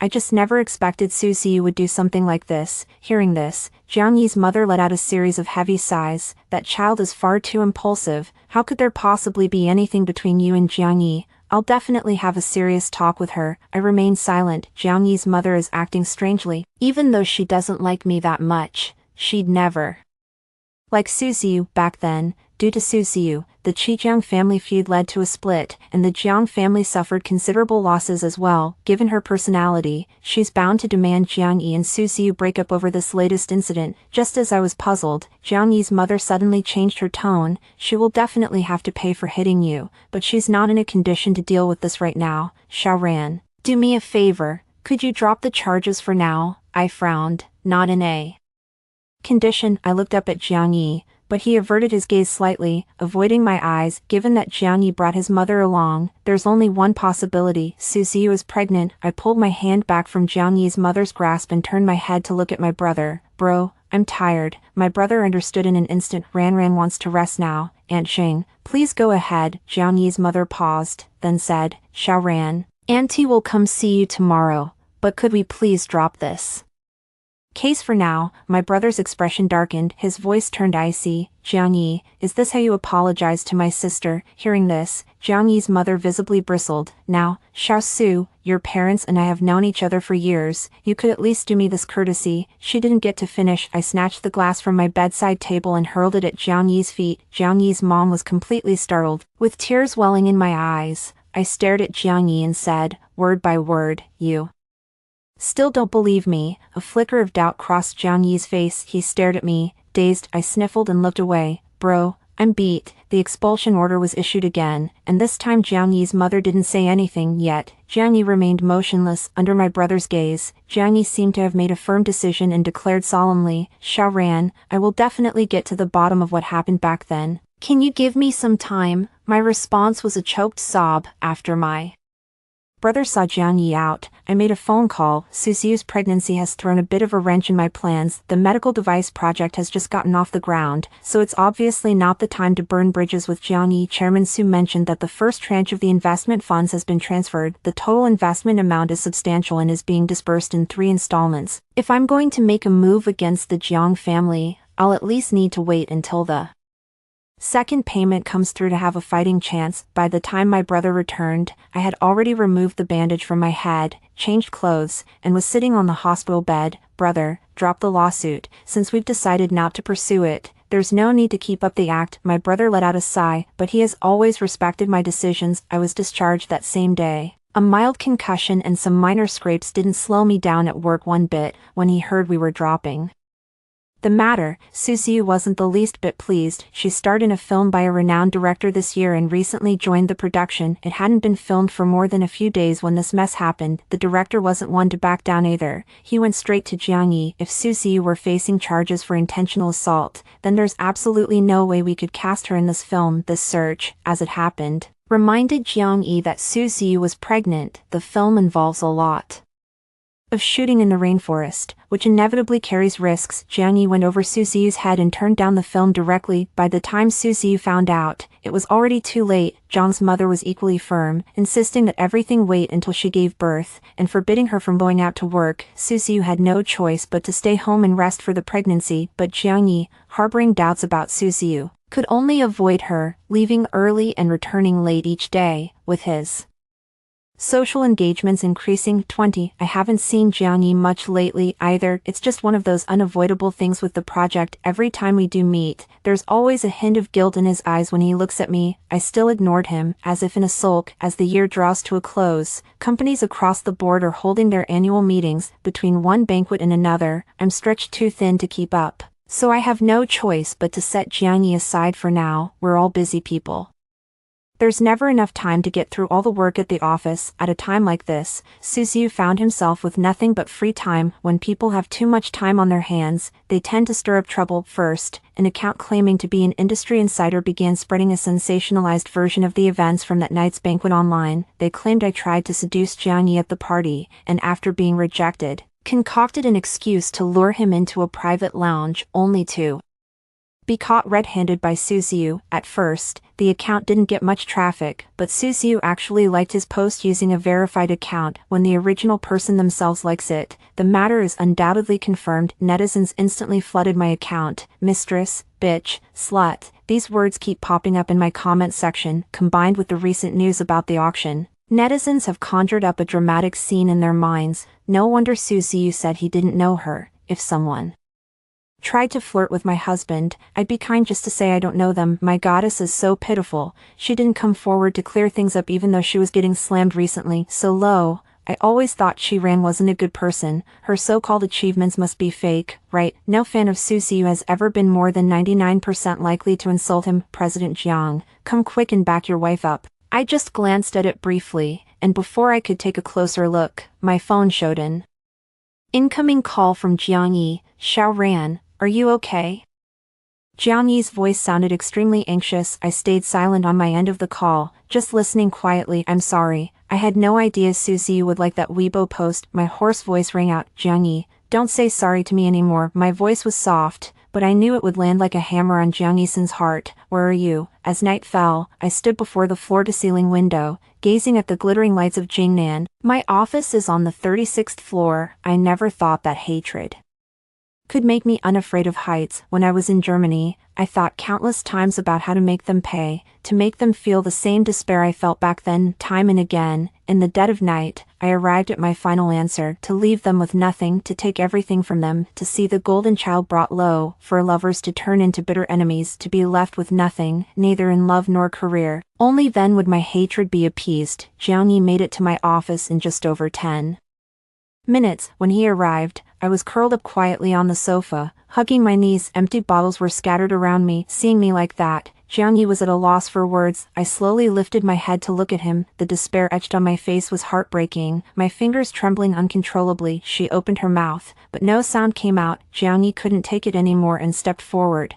pulling me into his arms. "It's all my fault, Xiaoran. I'm so sorry. It's all because of me." Tears welled up in my eyes and spilled over, soaking Jiang Yi's shoulder. I shook my head. "I don't care what anyone else thinks, Jiang Yi. I only care about what you think of me." He spoke with emotion in his voice. "How could that be?" Jiang Yi tightened his grip on my hand and gently patted my back. "Xiaoran, I ran into an old classmate today. She said she saw Suziyu ask you to go to the equipment room. I'm sorry. I'm so sorry." 21. My body froze. This move wasn't part of my plan. I never thought Jiang Yijin would actually be able to uncover it. "I don't know how to face you, let alone how to deal with Suziyu. Ran, can you give me a little more time?" I lifted my head from his embrace, my tears giving way to a smile. "Jiang Yi, I'm waiting for you." Once a person makes up their mind, all unfavorable factors are overlooked. Just as he had trusted Suziyu back in the day, he chose to automatically ignore our years of relationship and my way of being. Every thought in my mind is a motive for why I harmed Suziyu, and now, he chooses to believe me. His 5-year relationship with Suziyu will be completely overturned. I've become the sweet, innocent childhood friend in his eyes once again. Jiang Yi stepped in and took control of the public opinion, remove trending topics, hire online trolls, control public opinion. In the eyes of capital, there is no public opinion that cannot be suppressed. As if making a statement to me, Jiang Yi moved out of the Jiang family home. The nature of our relationship became ambiguous. He would give me a daily rundown of his schedule. He'll snap a picture of what he had for lunch. He'll also complain about boring business dinners and which CEO got on his nerves. I reply when I have time, and occasionally send him snippets of my day. My aloofness only made him more enthusiastic. He seemed to be trying to make up for me, sending a large bouquet of roses from the florist every day. That WeChat moment with Suziyu's photo was deleted by him long ago. He didn't say what he planned to do with Suziyu, nor did he mention how he would handle the child in Suziyu's womb, but I knew he wanted me, yet didn't want to break up with Suziyu, and he still wanted the baby in her womb. Men are never satisfied, they want it all, and then some. It'll only leave him with nothing, but I'm happy to see it, as long as he wires the project funds to me in advance. Jiang Qingming has been trying to get together with me ever since I was discharged from the hospital. Now that things have settled down, I finally had time to meet up with Jiang Qingming. I just never expected her to suggest meeting at a temple. My mother is a Buddhist. Back when we lived in Jingnan, she would visit the temple to pray every month. I've always been a staunch materialist. Even though I've been here many times, I've only ever lingered outside the temple. Jiang Qingming said to me while driving. "A bunch of merchandise from this place went viral a while back. I've been wanting it for ages. I don't really understand these things." Merchandise. Jiang Qingming explained it to me. "These are bracelets and pendants from the temple, blessed by the master. Wearing them, you'll surely be protected by Buddha." I couldn't help but chuckle. If wearing these things could bring blessings, there wouldn't be so much suffering in the world. It took Jiang Qingming over 2 hours to drive there. The temple is located uphill, requiring a walk of some distance. As I was leaving, I saw someone bowing with every step they took. Jiang Qingming whispered to me, "This mountain path has witnessed the most devout believers. If you take each step with a bow, the Buddha will surely grant your wish." I smiled and shook my head. The child is young, yet superstitious. It was probably because it was a weekday, so there were very few people at the temple. The chant of Buddha's teachings lingers in the air, as the temple bell echoes through the stillness. A monk is sweeping the grounds. I followed Jiang Qingming inside. She made an offering of incense and then entered the main hall of the temple. I didn't go inside, just peered in from the outside. A colossal golden Buddha statue stood majestically, its benevolent gaze looking down upon all living beings. Jiang Qingming knelt before the Buddha, hands pressed together in devout prayer. For some reason, I sensed she was enveloped in an indescribable sorrow. That's not something you'd expect to see from her. I turned my head and happened to spot a kitten in the corner, lazily licking its paw. I walked over, crouched down, and stared at it. It wasn't afraid of people at all. It even rubbed against my leg when I approached. She ran. Jiang Qingming's voice suddenly called out from behind me. When I turned around, I found her pointing a Polaroid camera right at me. With a click, Jiang Qingming flashed a triumphant smile. "Be careful, taking photos here might offend the Buddha," she said playfully to the young monk beside her. "The Buddha will forgive me." Right, hearing this, the young monk nearby clasped his hands together and said, "Amitabha Buddha." I sighed helplessly. This kid really knows no bounds. 22. After the vegetarian lunch, Jiang Qingming went to get some of those souvenirs. She came out carrying a large bag. She rummaged through it and pulled out a bracelet. The bracelet was made of 18 beads. I didn't recognize the type, but it was quite pretty. "This is for you. Make sure you wear it all the time." The little girl kept staring, and I couldn't bring myself to refuse, removing the watch from my wrist. I slip on the bracelet. "That's really beautiful." I smiled and asked him, "What about yours?" Jiang Qingming shook his head. "I don't have one. These things only work when someone else gives them to you." I suddenly felt awkward. Jiang Qingming gave me one, so I should give her one too. "But you can't just buy something like that." She seemed to sense my hesitation, taking my hand and leading me out of the temple. "The Buddha will not stand in your way. Go on." Jiang Qingming pulled me up the mountain. I spend so much time in those glitzy, decadent places. It's a rare treat to be out in the countryside. I feel healed by nature. 2. She was chatting with me idly when she suddenly brought up that banquet and how I helped her out of a tight spot. "You're truly the kindest person I've ever met, beautiful inside and out." Nothing like what my cousin said. I raised an eyebrow. "What did your cousin say about me?" Jiang Qingming pursed her lips. "He called you the most venomous woman in the world, I think." He must be blind. I was momentarily stunned. The most venomous of women. It seems Chuyen holds quite a grudge against me. Hee. But I, Xiao Jiang, have eyes that see and a heart that doesn't blind. I know you're the best in my heart. The girl looked so adorable that I couldn't help but smile. When my laughter subsided, I tilted my head. "Qingming, I'm a businessman." Jiang Qingming blinked, a flicker of confusion in those clear eyes. "I know." The corner of my mouth lifted in a faint smile. "I'm a merchant. We don't get out of bed for nothing. I approached you because I saw an opportunity for gain." She showed no other reaction. Instead, she waved a small hand dismissively and declared with surprising boldness, "So what? Everyone gets something out of being with someone else. If people approach me because they find me cute, pretty, or kind, and you approach me because you think I can be useful to you, isn't that all the same thing?" I raised an eyebrow. This little girl sure knows how to flatter herself. I was in the mood, so I shot back. "Then what do you want from me?" A sly smile flickered across Jiang Qingming's face. "You'll find out soon enough." The wind was strong on the mountain, and it was already getting dark. "The weather forecast says it might snow today." Jiang Qingming and I stopped wandering and headed down the mountain back to the city. On the way back, a light snow began to fall from the sky, just as expected. Jiang Qingming, seemingly exhausted, slumped in his seat and fell asleep. After dropping her off at home, I waited for the driver to pick me up, but I never expected to see a familiar-looking car. The window rolled down, and Chuyen glanced up at me. "Get in." The snow was falling heavier. After a moment's hesitation, I got into his car. The interior was very warm, and the sudden shift from cold to heat left me feeling a bit unsettled. "Why didn't you call for the Jiang family's driver?" I didn't look at him, my voice flat. "Don't want to be a bother." Chuyen let out a light scoff,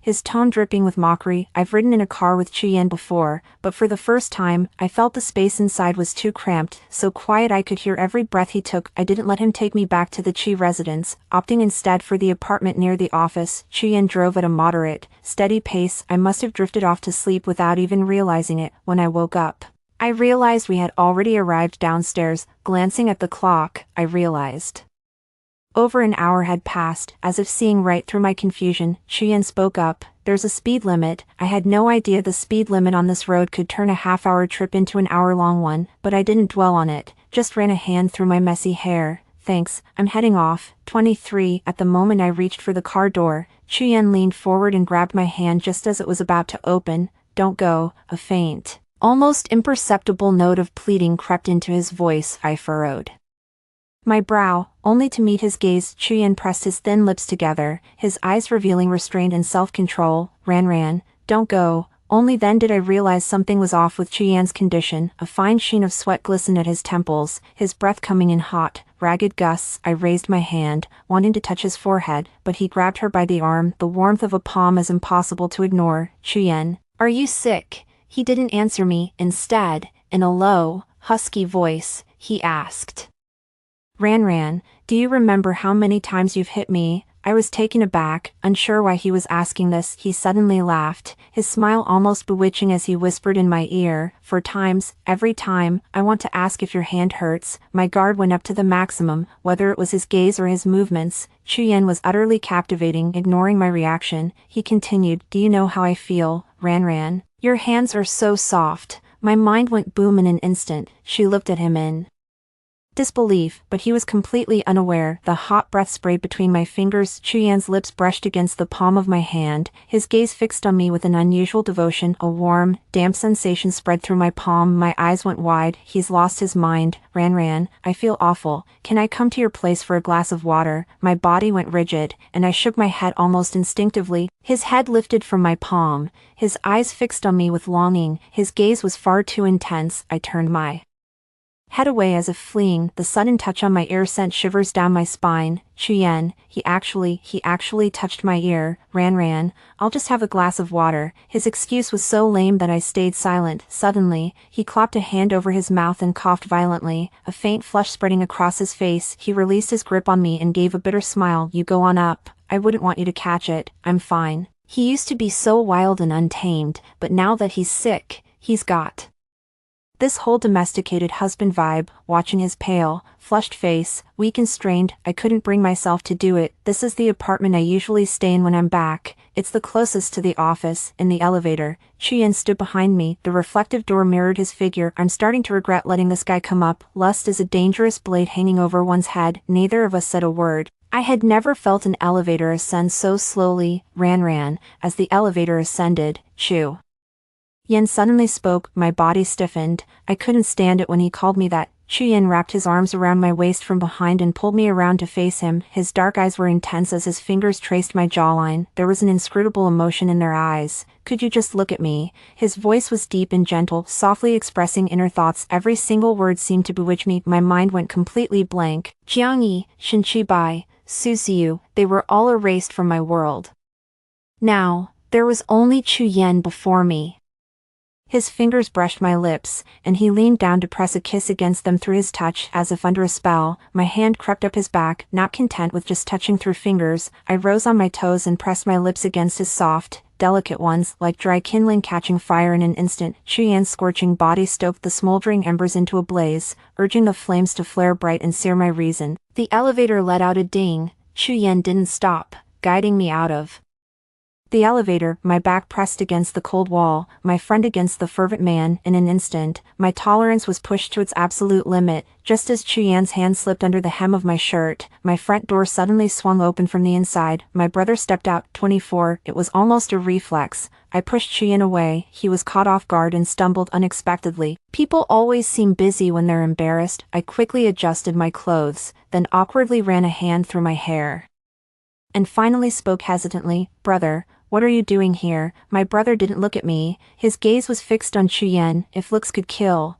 Chuyen would have been torn to pieces by now. A cold laugh escaped his throat. Am I not allowed to be here? I didn't dare say another word. Being caught in this situation gave me an inexplicable pang of guilt, like an adulterer discovered. Chuyen, however, felt no such thing. His face was a picture of displeasure at having his fun interrupted. My brother gave a forced, insincere smile. President Chu, it's been a while, let's have a drink. I was mortified. Weren't you two just at the same dinner party the other night? Chuyen glanced at me, his eyes seeming to convey his own grievances. Before Chuyen could respond, my brother wrapped his arm around the man's shoulder. I whispered beside them. Well, before I could finish speaking, my brother's voice cut in, leaving no room for argument. Go home. I looked at Chuyen with sympathy, but there was nothing I could do to help. 2 men waiting for the elevator, the tension at an all-time low. I hesitated, then reminded him, bro, he's got a cold. My brother gave Chuyen's shoulder a firm pat. It landed with a dull thud. Don't worry, sis, I'll sort him out.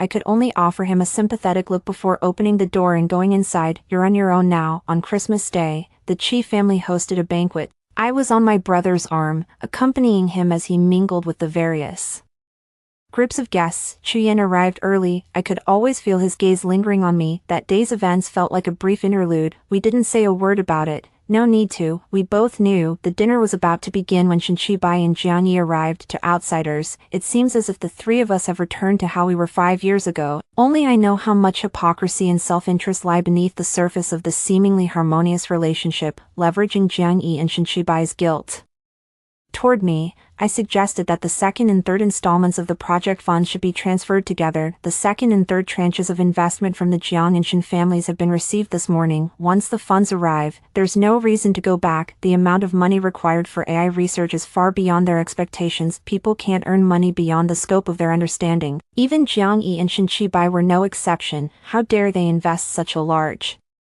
some without fully understanding it themselves, whether it was overconfidence or being ensnared by my scheme. That just proves these two are genuinely clueless. While Shin Chibai was called away, Jiang Yi clinked glasses with me. I've had quite a bit to drink, and a rosy flush has spread across my cheeks. Jiang Yi's ambiguous gaze lingered over me. He hasn't returned to the Jiang family in a long time. I haven't seen Suzy either. I understood the look in his eyes. Jiang Yi wasn't content with us just being friends. He wanted to take things to the next level. How greedy. I set down my glass and excused myself to go to the restroom. He went up to the rooftop where Jiang Yi couldn't see him. The wind howled on the rooftop, where Suzy stood in a white dress, her face pale and weary. Her abdomen had begun to round slightly. Seeing me come up, she forced a smile. Her expression shattered. You win. She ran. I didn't step forward, but leaned against the wall instead. The rooftop is the most dangerous place. Given Suzy's current state, it's inevitable he might act recklessly. She looked down, gently stroking her belly, her face aglow with maternal tenderness. You know, from the moment I first saw you,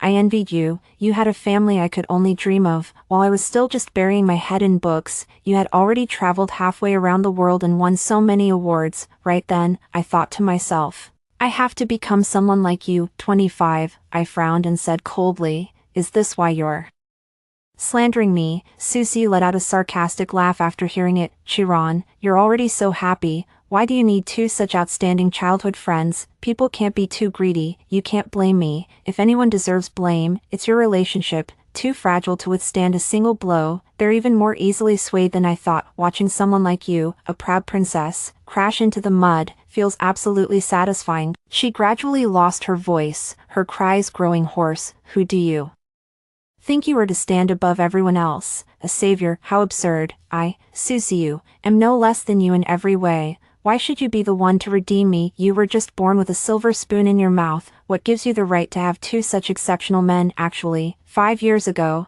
I didn't understand why Suzy treated me that way. She doesn't retaliate against those who bully her, yet she treats me like this. Then it dawned on me, some people are just rotten. No reason needed. I looked at her, my eyes not filled with the triumph of a victor, but with calm. I'm not interested in hearing her sing anymore. She's not even worthy of being my opponent in this game. She's already a dead piece. I spoke softly. Suzy, coming from humble origins is not a disgrace. She froze for a moment, the madness in her eyes intensifying. By inviting me here today, she clearly intends to make a desperate, final gamble. Suzy is trying to use the same trick a second time, but I won't fall into the same trap. Twice. Suzy tilted his head and gave me a faint smile. Chiran, do you think they'll believe you this time? I raised an eyebrow. You think I care about them? With that, I turned and walked away, but just as he took a couple of steps, a loud bang echoed from behind. I turned around and found Suzy's figure vanishing from the rooftop. Suzy jumped from the building. The banquet was interrupted. Screams and angry shouts merged into a chaotic roar. The rooftop is on the 26th floor, but on the 23rd floor, an extended balcony caught Suzy. Blood seeped from beneath Suzy. Jiang Yi held Suzy in his arms, sobbing uncontrollably. People always regret when they lose something. He and Shin Chibai once again stood firmly by Suzy's side without hesitation, but my heart remains undisturbed. When she jumped, it was just the two of us on the rooftop. This is too big to handle. Even though Suzy has stepped back from acting recently, he's still a public figure. Almost instantly, news related to this incident shot to the top of the trending Charts, I've been charged with murder. As soon as the incident happened, Chuyen found me. He only said one sentence, I'm here, just 2 words, and my heart is at ease, but I don't need anyone meddling in my affairs. I can handle it myself. I was taken to the police station. There are no surveillance cameras on the rooftop. This is precisely why Susie dared to slander me again. But she was unaware that drones had been deployed outside the venue to document the Chi Group's annual gala. 3 of them had been hovering above the rooftop the entire time. Every word she said and every move she made was captured by those drones. At 1 in the morning, I stepped out of the police station. Outside, a crowd of reporters had been crouched, and as soon as they saw me emerge, they swarmed around me instantly. Ms. Chi, did the police let you go just because of your influence? What on earth is the grudge between you and Susiu? She's even pregnant with a child. Susiu has had a miscarriage. Do you have anything to say about that? Chuyen wrapped his arms around me, shielding me from the jostling crowd. I looked up from his embrace and, instead of answering the reporter's questions directly, I brought up the past. 5 years ago, Susiu transferred to my high school. She was being bullied, and when she was drenched from head to toe, I gave her my coat. A male journalist interrupted me. What do you mean by that? Just because you helped her doesn't excuse your crime, I whispered. Yes, I helped her, but what did she do? She called me to the equipment room, the same one where I draped my coat over her shoulders. There, she took a razor blade to her own arm, then knelt and begged me not to bully her anymore. I gave a pale, wan smile. I hadn't done a thing, yet she begged me not to bully her. Then, my best friends, Jiang Yi and Chen Qibai, rushed in. They wouldn't listen to my explanation, convinced I was the bully. To get revenge for Susiu, they pushed me off the bungee jumping platform. I looked at those reporters. This is my story from 5 years ago. The truth may be delayed, but it will never be absent. With that, I got into the car. 26. My remarks caused a huge uproar online. Of course, even more people were criticizing me. Since the incident, reporters have captured images of Jiang Yi and Chen Qibai staying by Susiu's hospital room. Netizens have analyzed that if things are truly as I described, then Jiang Yi and Chen Qibai would definitely not be by Susiu's side. I can't help but laugh. Netizens have seriously underestimated how deeply ingrained their nastiness is. I'm just about ready on my end, just waiting for Su Rui's signal. Once he's properly distributed the funds, I can make my move. Su Rui and I have been in partnership for a while now. I'm the only one who can help him fulfill his long-held ambition. At 3 p.m., I released the video footage captured by the drone. Right after that, Jiang Yi called. His voice was weary and strained. Xiaoran, I'm so sorry. I never imagined she was that kind of person, to use a child to frame you. I'm truly sorry. It's fine, I said,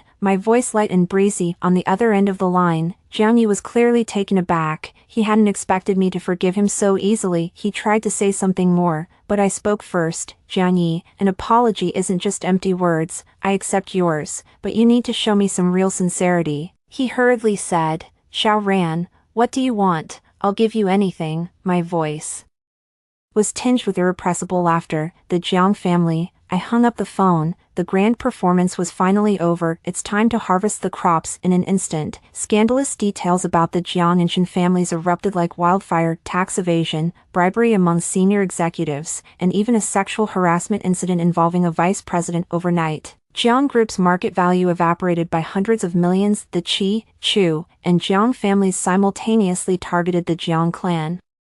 Jiang Yi hadn't even fully recovered from the Susiu incident when he was already scrambling to manage the negative news surrounding the Jiang Group. Companies that had long-standing grudges against the Jiang family began to surface one after another, each detailing the alleged crimes of the Jiangs. By this point, the situation had reached the stage where everyone was piling on, like a wall collapsing and everyone pushing it down. Whether it's true or false, no one cares. Jiang's funds were trapped in the project, leading to a broken capital chain. The stock has hit the daily limit for 7 consecutive days. 7 days from now marks the final deadline for the third installment payment as stipulated in the contract. Should the payment not be made by the stipulated date, Shenyuan Medical reserves the right to terminate the cooperation. The medical project in collaboration with Jinghai was originally chosen by me for Qi Group. The final investment payment was covered by my brother. This is a solid project. I just never intended for Jiang to do it. All of this was just to serve as a wedding gift for the Qi family. This week, Jiang Yi worked tirelessly, doing everything he could to save the Jiang family feudal. The rest is none of my concern in this situation. If my brother couldn't take down the Jiang family, he wouldn't have any right to lead the Qi family. On the day the Jiang family declared bankruptcy, the memory of standing on that bungee platform flashed before my eyes. Su Ziyu is despicable, but Jiang Yi and Shen Qibai are even more detestable. They knew full well how terrified I am of heights. Just to curry favor with Su Ziyu, they used my suffering to amuse her. That's not even the worst of it. And then there's Shen Qibai. Immediately after the Jiang family's downfall, Shen Qibai's uncle seized the chaos to convene a board meeting, citing the negative impact Shen Qibai had on the Shen group. They suspended him from his position as CEO, with the backing of the Qi family. Shen Yu quickly consolidated his standing within the board. People tend to get worked up when they're in a hurry, do something wildly foolish. Shen Qibai was no exception. I've arranged a much better fate for him than Jiang Yi. It all boils down to having no power, living my whole life at the mercy of others. At least the Shen family is still here, but he just had to go and ruin it. I know there's always been a streak of obsession in his mind, otherwise, he wouldn't have kept trailing after them like a lost puppy even after Jiang Yi and Su Ziyu got together.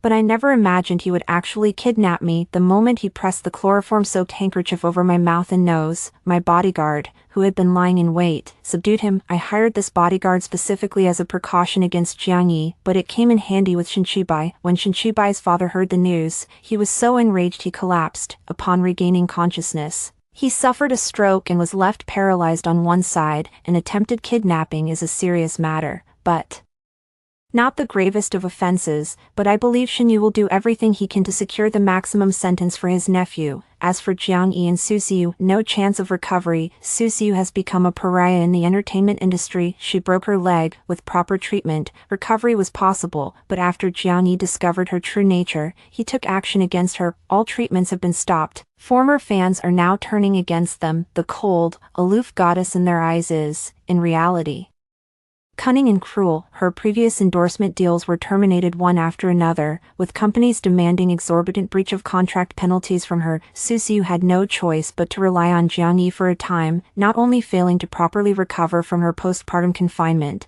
but also ending up with a limp. She'll end up in a miserable state without me even having to lift a finger. Jiang Yi wouldn't let her off the hook. Jiang Yi has come to see me a few times. They just didn't see me. He had nothing at all, and was even in massive debt. All assets have been seized. Born with a silver spoon in his mouth and used to living a carefree, extravagant life, the thought of him struggling to survive at the bottom of society would be more painful than death. But he must not die. His parents are still alive. He was doomed to a life at the bottom of society. Su Ziyu became the target of his pent-up rage. They tormented each other. My people will be watching him for the rest of his life, to ensure he never recovers. 27. With the Qi family's capital injection, the medical device projects progressed smoothly. In less than half a year, they mass-produced a large quantity of medical devices that previously had to be imported. Although AI in healthcare hasn't yielded results yet, these medical devices are already raking in huge profits. I became famous overnight. Everyone knows I, Qi Ran, was the mastermind behind the collapse of the Jiang Group. In all of Jingnan, no one dares to underestimate me. Qi Ran, my brother, bought the Jiang Tower for me as a New Year's gift. The location is great, perfect for a Xinyuan headquarters. On New Year's Eve, I didn't attend any parties, at home alone, watching the fireworks outside the window. The doorbell suddenly rang. At this hour, the only people who would come looking for me were my brother or Chuyen. I opened the door to find him standing there, dusted with snow, with dark circles under his eyes and looking rather travel-worn. Since the Jiang family affair concluded, Chuyen had left Jingnan. We haven't been in touch at all these days. Ran. The moment he spoke, the exhaustion in his voice was unmistakable. I shifted aside to let him enter first, but to my surprise, he was impatient, as if he couldn't wait another moment. His hand gripped the nape of my neck as he leaned down and crushed his lips against mine, while I was still reeling in shock. He plunged in deep. There was a fierce, relentless force behind his kiss, as if pouring out all the longing from the days apart. After a long while, I struggled to breathe and couldn't help but make a sound. Chuyen finally let me go, but his hand lingered at my waist. Missed me? Huh? His smile felt like a tease. It brought a flush of warmth to my cheeks. I shook my head and pushed at his hand. No, go wash your hands. His eyes were dark and deep, seeming more profound than the night itself. We'll go together. Before I could refuse, I was suddenly swept up into his arms. As he walked, he said, "I have a cousin who lives in the States. I'm quite interested in taking over the Chu family business." My body froze instantly. I stared at Chu Yan in disbelief. A faint, nonchalant smile played on his lips, as if he were discussing a trivial matter. Chu Yan had never been to my place before and wasn't familiar with the layout. It was clear he was trying to find the bathroom, but somehow ended up in the bedroom instead. Before I could even process what was happening in his arms, I felt a sudden lightness as he tossed me onto the bed. He took off his shirt and knelt over me. I couldn't help but frown. Horrific whip marks covered his chest. I raised my hand and touched the wound that had already healed. It was clear the wielder of the whip had struck with brutal force, each lash drawing blood. "What's going on?" Chu Yan's eyes still held a glimmer of amusement, as if he were deep in thought, or perhaps just letting his mind wander. The old man needs to vent his frustrations. His refined face, bathed in the light from the window, appeared utterly captivating. For a fleeting moment, I could swear I heard the frantic pounding of my own heart, each beat distinct and clear. I gently pressed a kiss to the corner of his lips. That single kiss set him ablaze. In the dim light, the fire within began to spread. The breath at my ear grew hotter and more intense. I turned my head, only to see his eyes filled with anticipation and longing. My body trembled involuntarily.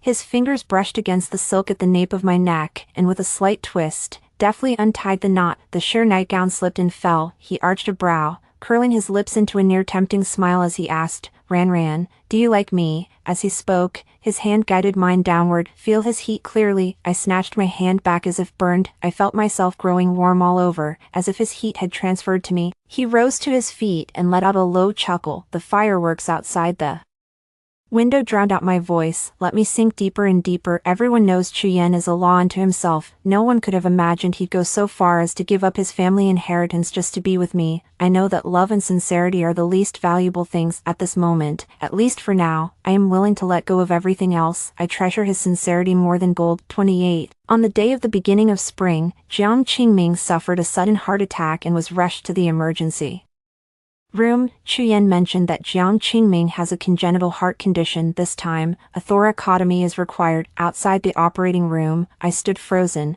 staring at the illuminated surgical light. Memories of every moment with her flashed through my mind, from the banquet where I first walked over to her, to the time we visited the temple together, to her immediately asking Mr. Jiang to help me take action against the Jiang family, and then to her sweetly calling me sister-in-law after she found out I was with Chu Yan. I don't have many friends.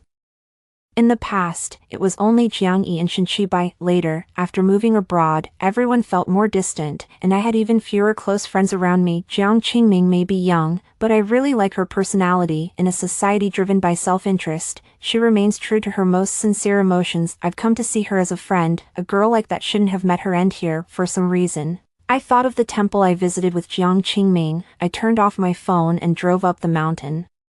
Alone, it was different from my last visit. New leaves were budding, the temple was full of life, and even the little cat in the corner seemed more lively. I remembered what Jiang Qingming had said. She said this mountain path has borne witness to the most devout of believers. One step, one prostration, the Buddha will grant his wish. The bracelet Jiang Qingming gave me glinted brilliantly in the sunlight. She gave it to me, and I've worn it ever since. I was a staunch materialist, with no faith in gods or Buddhas, but for Jiang Qingming, I'm willing to take that leap of faith. I knelt on my knees, hands clasped in prayer, made a sincere wish, and bowed deeply. From dawn till dusk, until we entered the great Buddha hall. Last time at the temple, I had a necklace blessed for Jiang Qingming. Such a wonderful person deserves to live in this world. After coming down from the mountain, Chu Yan told me the surgery was a success. He just needs to be monitored in the ICU for a bit, but he should wake up by tomorrow. I breathed a sigh of relief. Only then did I notice my knees were scraped raw. After Jiang Qingming regained consciousness, she remained in the hospital for several days. I visited her every day. For her condition, it would be best to go to the United States for convalescence. She was quite downhearted when she found out. I took out the crystal I had intended to give her as a discharge gift,